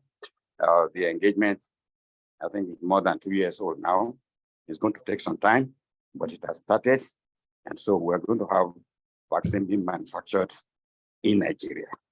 So the long and short is we are late, but it's not never. There is a strategic group for the vaccine manufacturing that has been established at the national level, and they're working every day to bring it to fruition. Thank you. Over. Thank you very much, sir. That's very valuable information. I'll take this. Professor Adegbola, you mentioned something in your presentation about incentivizing or encouraging vaccine manufacturers. Let me give you an example. The chickenpox vaccine was not available for close to 1 year. The same thing for human papillomavirus vaccine. In fact, the news that we are going to be having free HPV vaccine in Nigeria this year is so wonderful. But I know that GSK had a lot of issues.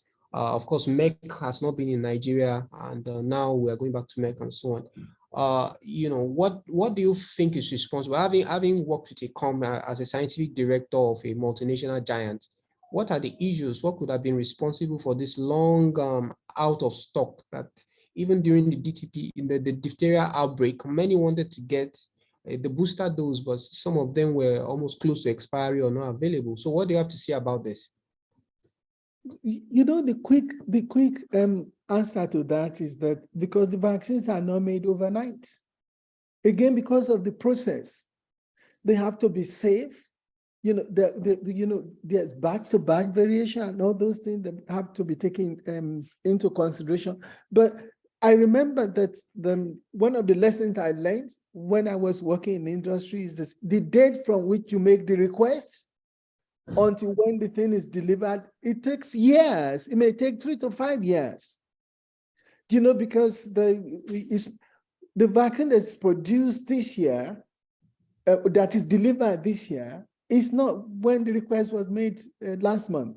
It's something that's been in the work, in the process along the way, because of there's zero tolerance for mistake, because like we were discussing all along, with vaccines are usually given to healthy people.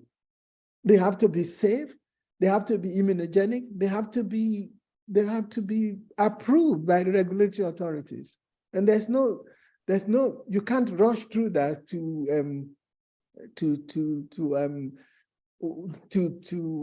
to deliver the vaccine to those who need them. So I think it's because of the stringent process that is required in making the product available that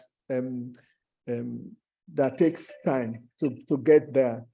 Would be my short answer to that.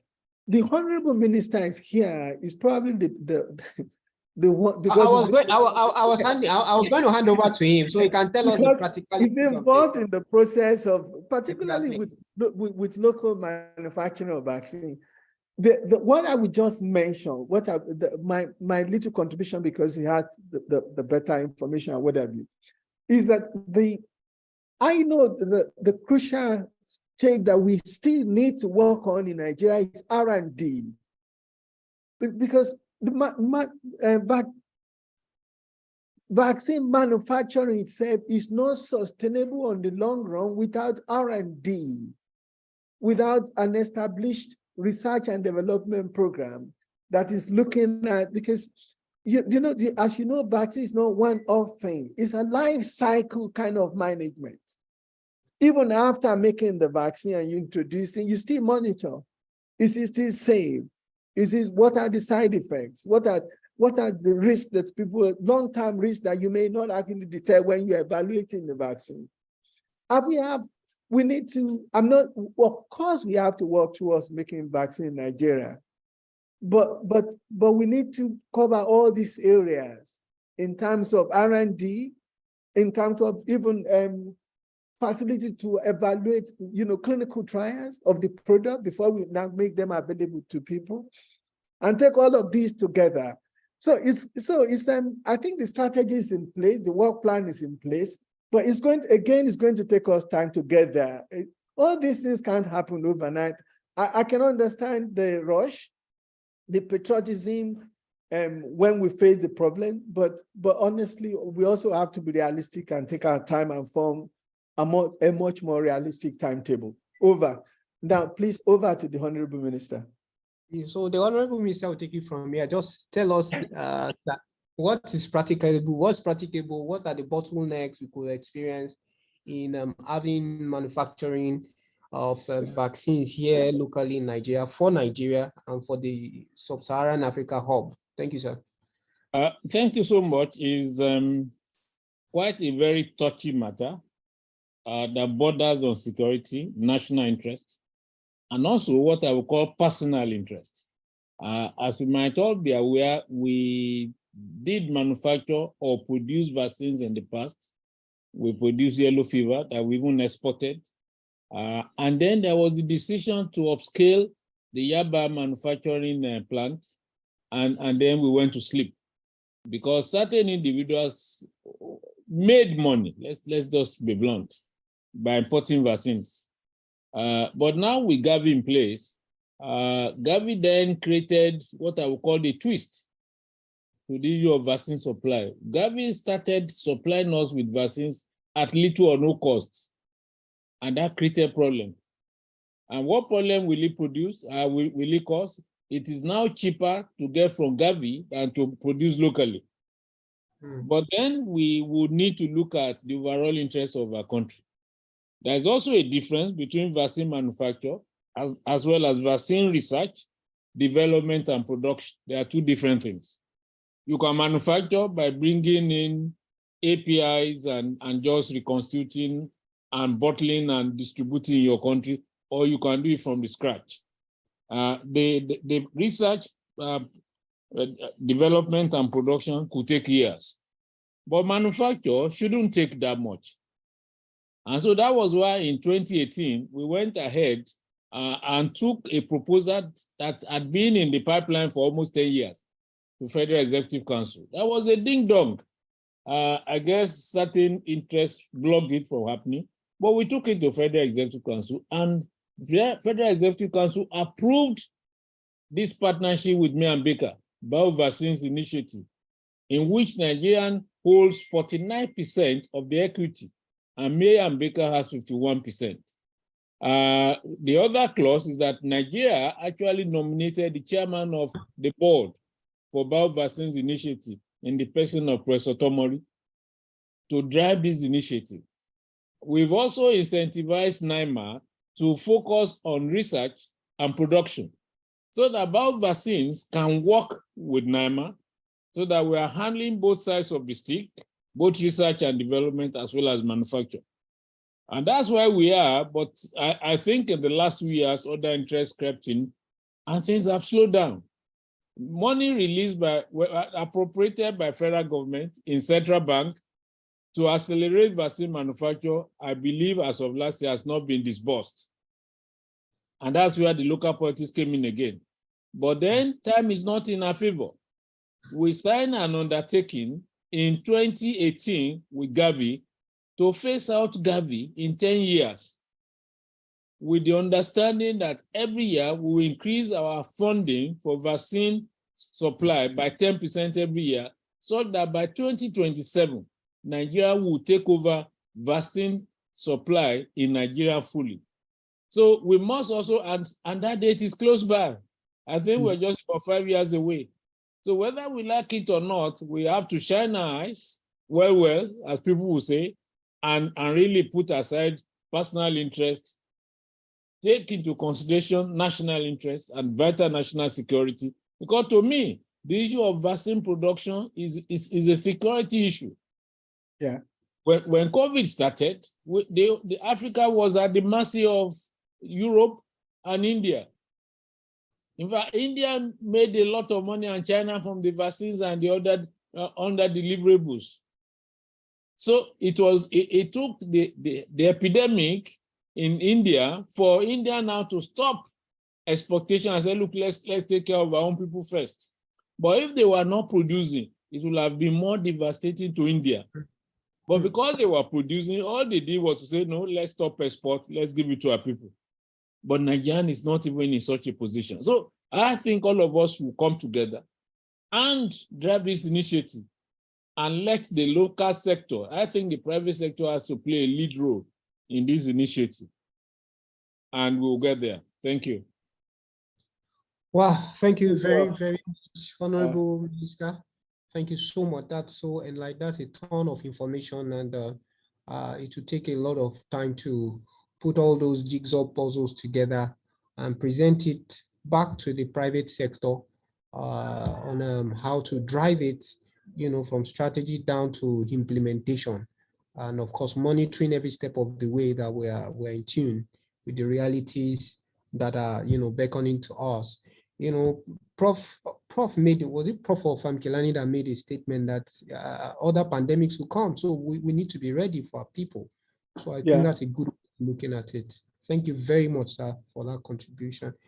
Pharmacist Folashade Lawal is saying she appreciates what we're doing.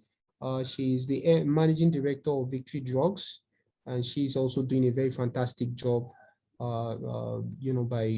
She's one of the lead pharmacies when it comes to vaccination in Nigeria, and we appreciate what she's doing.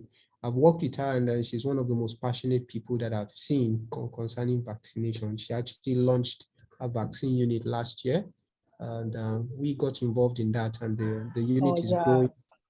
I missed it. You invited me, I missed it. Yes, you missed it. Yeah, I'm sorry about that. I'm happy to see that they are recording growth every month, double-digit growth. So that means that a lot of people need vaccines. They only need to know where to get it. And that's why I'm happy that Kilani has also shown us that there is beginning to be impact with pharmacists now getting involved in vaccination. And I'm very, very happy. You can imagine we have 6,000 pharmacists in Nigeria.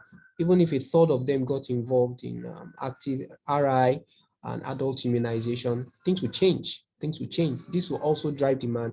It will affect local manufacture, affect a lot of things. None of these things is on its own. Everything is together. So I'll just appeal to everybody that's on the call to please, let's take the action points. On our own, we're already collating the action points we'll do immediately after this. So we need to close this. Before we close, we have Zolon. Zolon is the only company that has supported this meeting, although not they accused us of not getting across to them on time. Well, maybe I might not agree, but we need companies to come and support what we are doing. Please, if you work with any pharma company, we need a lot of support. It takes a lot of money and a lot of resource. I will just leave it at that. To get this little meeting done, it's a lot. So, but Zolon, can we have your presentation? Just 5 minutes, please, so we can disperse. And I must say that even after 2.5 hours, we still have, the last meet I checked was over 80 people. Now it's about 70.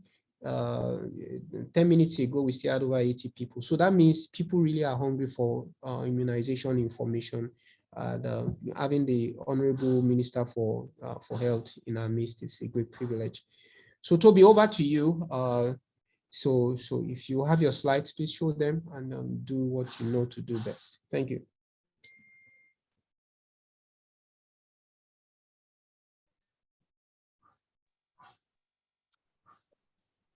All right. Good afternoon, House. It's such a privilege to be here again. I already have spoken well of what preventive health is doing, and then we are very much in support of advocacy when it comes to pharmacists getting involved in immunization, in vaccination generally. Okay, so I happen to be I'm attending a conference in Warri, and I happen to be in motion, so I might not be able to share my slides because I'm joining this from my mobile device. But I will just run through the things that I had in mind since my time is very short. And I would say that since the time that the conversation around pharmacists getting involved in vaccination has been ongoing, we've seen a lot of progress.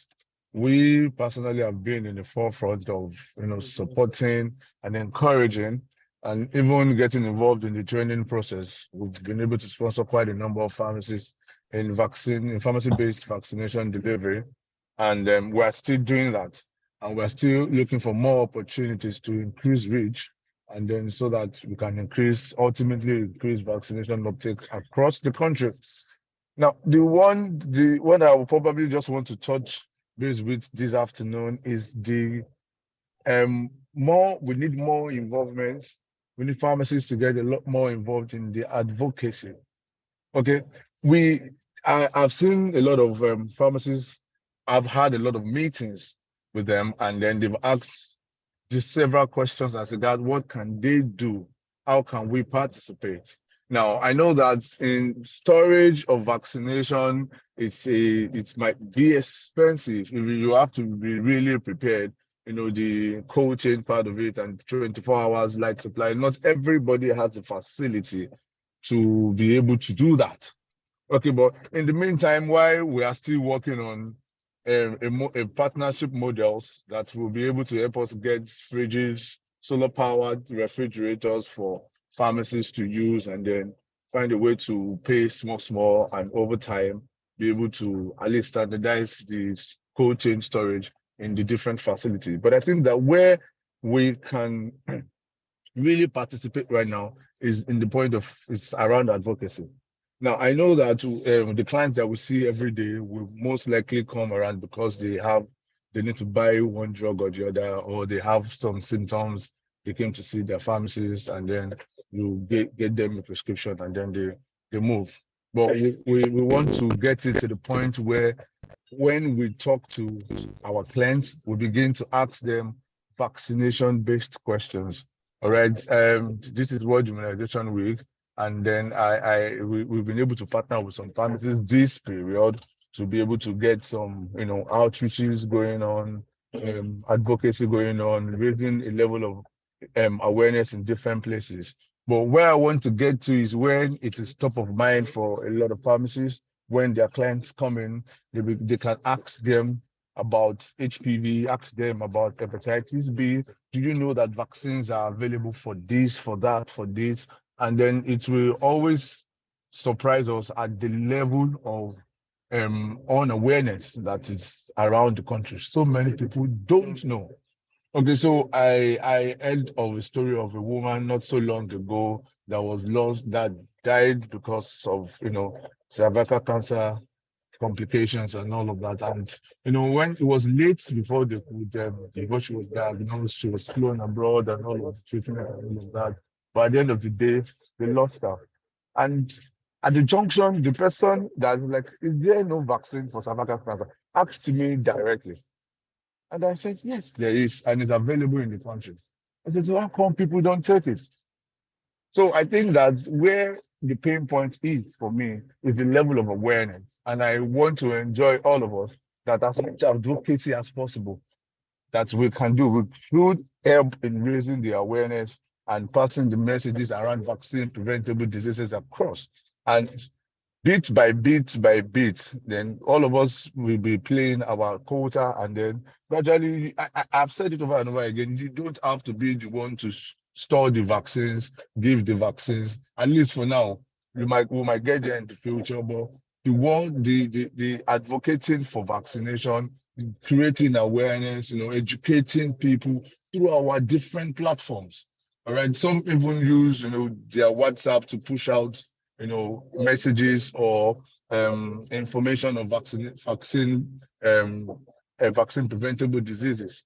So even if that is what we are doing on a consistent basis, you might not see the results holistically, you might not see how it's working. But I'll tell you that when people see a message here, they go somewhere else, they see a little message there. Gradually, even if they're the stubborn ones that don't make the decisions on time, they will at some point be able to, just one time. I used to say, when you build momentum over a period of time, just one incident might happen, or somebody might just mention it, somebody that they respect, that they listen to might just mention it, and then they will remember all of the places where they have heard about it before now, and it will be easy for them to make the decision, not just for them, but for the people around them. So my little encouragement or my little message today is, let's keep doing more. And we need this. We need to increase vaccination awareness all across board. And then pharmacists are very much in charge, and they are we can do it. We can change the narrative. And I believe that with everybody coming on board, can begin to get positive results. Our numbers across Nigeria can begin to change. Okay, so I appreciate preventive health for this, and I said it, that anything that has to do with advocacy, we will continue to support, and then we are dedicated to this. And if there are areas where we think that we can also partner, I always say it, that we're also big on partnerships. We are open to suggestions, ideas, and we would be able to work out our own internal structure to see how we can accommodate ourselves, since in as much as the goal is clear, which the goal is to reach out to the people, increase the awareness, get people vaccinated. That's it from me. Pamkola. Well, thank you, Toby, for putting the Nigerian face to the marketing and let me just say commercialization of vaccines. We knew it from the multinational perspective. When I say we, I'm talking of Prof, I'm talking of a lot of people here that either have passed through the multinationals in one capacity or the other, whether medical or commercial. But when I see the way you do it, and I'm talking of Zolon especially, I think you are getting it right in terms of being open to innovation, not just the one you are bringing up, but you seem to listen to what people are saying, and you go about things with the practical insights from the field. which is good for you. Please keep it up and keep up the advocacy and keep up the partnership. Thank you very much. Yeah, so we have come to the end of the meeting, but before we leave, I would like to go around the faculty, and I would like to get each member of the faculty to say the last words. Then the Honorable Minister will also give us the last comment. I know he has already rounded up, but he will round up again. And then after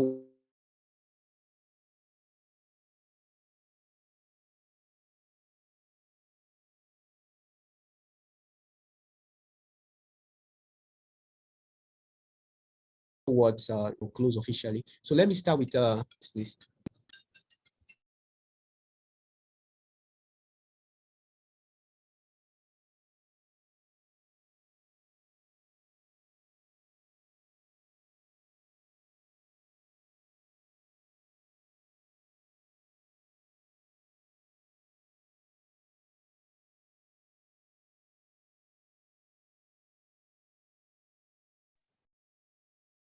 Prof, are you muted? Please check if you are muted. We're not hearing you. Which of them? There are two of us. Professor Adegbola. I defer to Prof, the Honorable Minister.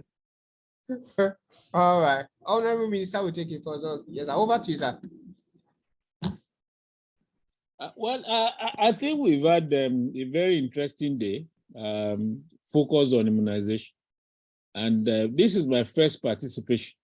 And I want to thank the organizers for bringing this to fore. I think we should advertise it more publicly, widely, because this is something that has to do with delivery of public good. And it's not something we should hide. The more you, even when you are an expert, you still learn a lot. And I can confess to you that I picked one or two things that we'll gloss over. Professor Adegbola said, we've been thinking of return on investment, benefits. What do we lose when we don't immunize? And we've not focused on that. The cost of not immunizing our children and our people. To me, is a new concept that we should look at. We should get health economics to start looking at the figures, and it's going to be huge. These are things that we should summarize and put at the table of policymakers to say that if you fail to do this, this is what you are losing. And quite often that is not brought to public knowledge, So I want to thank you most sincerely for putting this together. The benefits of immunization are huge. We cannot even discuss it in a day's presentation alone, because there are several aspects of it. In terms of protection, in terms of improvement in growth and development and well-being, making us thrive and so on as a population. And I love some of those video presentations, which the presenter called testimonies. And we need more of that. People can really chest out, champions. People can let others know that, oh, I got it and nothing happened. It is the lack of having champions in our society that has created problems. And so I think we should look at this. I'm actually committing myself to be part of the event again next year. Let us advertise it more widely, and let us see how we can bring together not only professionals, quite a number of other people in the society who have a lot to do with this. And let us also circulate the presentations. In addition to that, what are the key deliverables? It will not be out of place to develop leaflets, key deliverables from this message, and so on and so forth. And I'm sure we will certainly make a difference to the landscape in our country. Congratulations for this presentation, and I say please keep it up. Thank you very much, Honorable Minister. Thank you so much.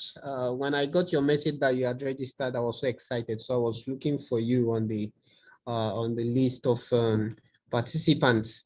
Thank you very much. I've taken to heart everything you have said. I've written them down, and they will reflect in our next steps. Thank you very much, sir.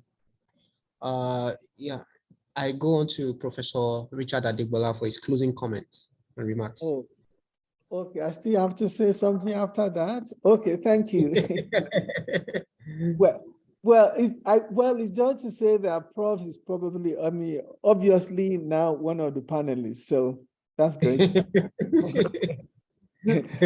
No, but I'd like to just agree with what Prof has said and to congratulate you, Kola. You may not know the impact of these, but over time it will become obvious. But it's increasing number. One obvious one that I will make as a remark is, I think when I went the first summit, I was privileged to be part of it. One of the things that we were debating that day, if you recall, is why are pharmacists not involved? Yes, sir. Now they are involved. That's Yes, sir. Yes, sir. for me, that's important to note, really, no? And hopefully we are going to have increased numbers of them. And we also need to think about other innovative way of making vaccines available to people. Because we're having issues with healthcare workers, the people who are leaving the country, you cannot tie anybody down. But those that are not leaving, what avenues are still available? We have to keep on vaccinating our children and our people, as it were. So we have to think out of the box. But with the changing time and changing circumstances, there are other ways that we can explore to make sure that the vaccines get to those who need them. That we need to do something about this big catch-up, and we have to be consistent. I think I cannot overemphasize the importance of awareness. The difference that I've lived in many countries, particularly in the West, one of the main reasons why they have increased coverage is because of the awareness of the people. The demand are coming from the people. Because even if you have the vaccines available, people have to receive them. If they are aware, one of the testimonies that one of the speakers provided from the May Center was that one of the statements that the mother wants the best. You can say the father as well. They want the best healthcare system for their children. That's my experience everywhere I've worked, everywhere I've been, that people want the best healthcare for their children. Because when they are healthy and they are well, they'll be able to go to school, they'll be able to study, they'll be able to excel in whatever they do. You bring their potentials. So we need to make people aware. If people are aware and they are knowledgeable, and the vaccine is available and accessible, why would they not receive it? So we need to, awareness is the key, honestly, advocacy, awareness, and we cannot stop. Actually, that's my take-home message. We cannot stop talking about vaccines and vaccination. Thank you. Over. Thank you, Professor Richard Adegba. Thank you so much. I'll pass the baton to Farm Ramon Kilani for his closing remarks. Thank you, sir. Well, thank you very much, organizers, panelists, our former Honorable Minister of Health, and everyone in the house. Look, we have had a good day. And like Professor Adegbola says, it's going to get better. The way I always put it is that there are enough problems, enough insincerity, enough bad bellies or whatever in the world, and Nigeria inclusive, that people sometimes want to lose hope. I never lose hope. I know that it will get better. And with the vaccines, the reason why vaccine is so sure, and where we know that whatever the benefit we get from use of vaccine is so enormous, is known to a lot of people. But it doesn't mean that a lot of people are working to support it. You guys are preventive health are supporting it, and I always liken it to the issue of epidemiology. If there are enough of us that believe and work on this, start working together, spread the news, then it will catch on and it will get better. I never lose hope, will never lose hope, it can only get better from now on. Thank you very much. Good afternoon. Thank you very much, Mrs. Kelani. I'm very grateful. I'll pass the baton to Mrs. Maureen Wecha for closing remarks.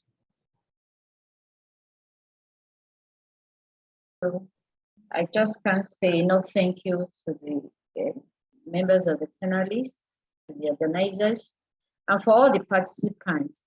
And the only take-home message I would like to include and to say is that vaccination is not just a cost, it is an investment. Not just an investment, it is a worthy investment. And in addition to what Professor Adebola has said, we just have to keep on creating the awareness until we get there. Thank you very much. Thank you, Ma. I'm very grateful for all the panelists. I'm very, very grateful for everybody that has stayed till now. We've spent 3 hours, but just like the Honorable Minister said, you can't say enough about vaccination. We could spend all day here and we have not said enough, because we are talking about things here.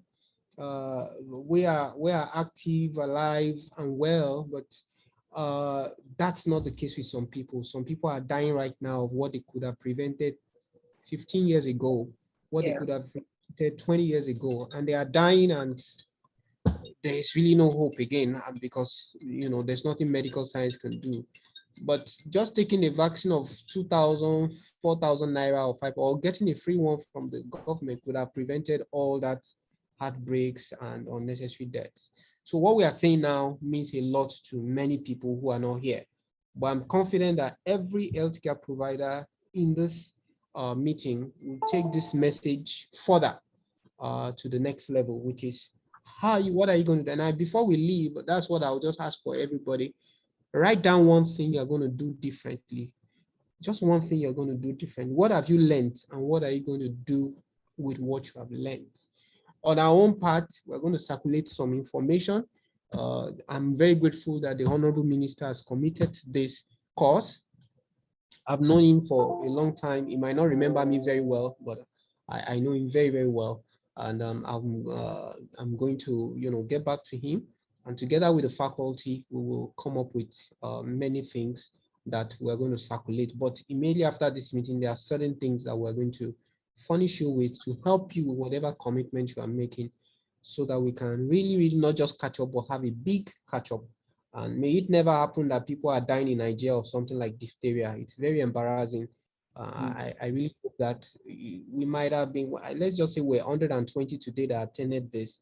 If each one makes up his or her mind to affect just 10 people, and those 10 people affect another 10 people, those 10 people affect, we're going to have a very, very huge impact on the society. This is how it starts, and this I'm happy with all the comments from everybody.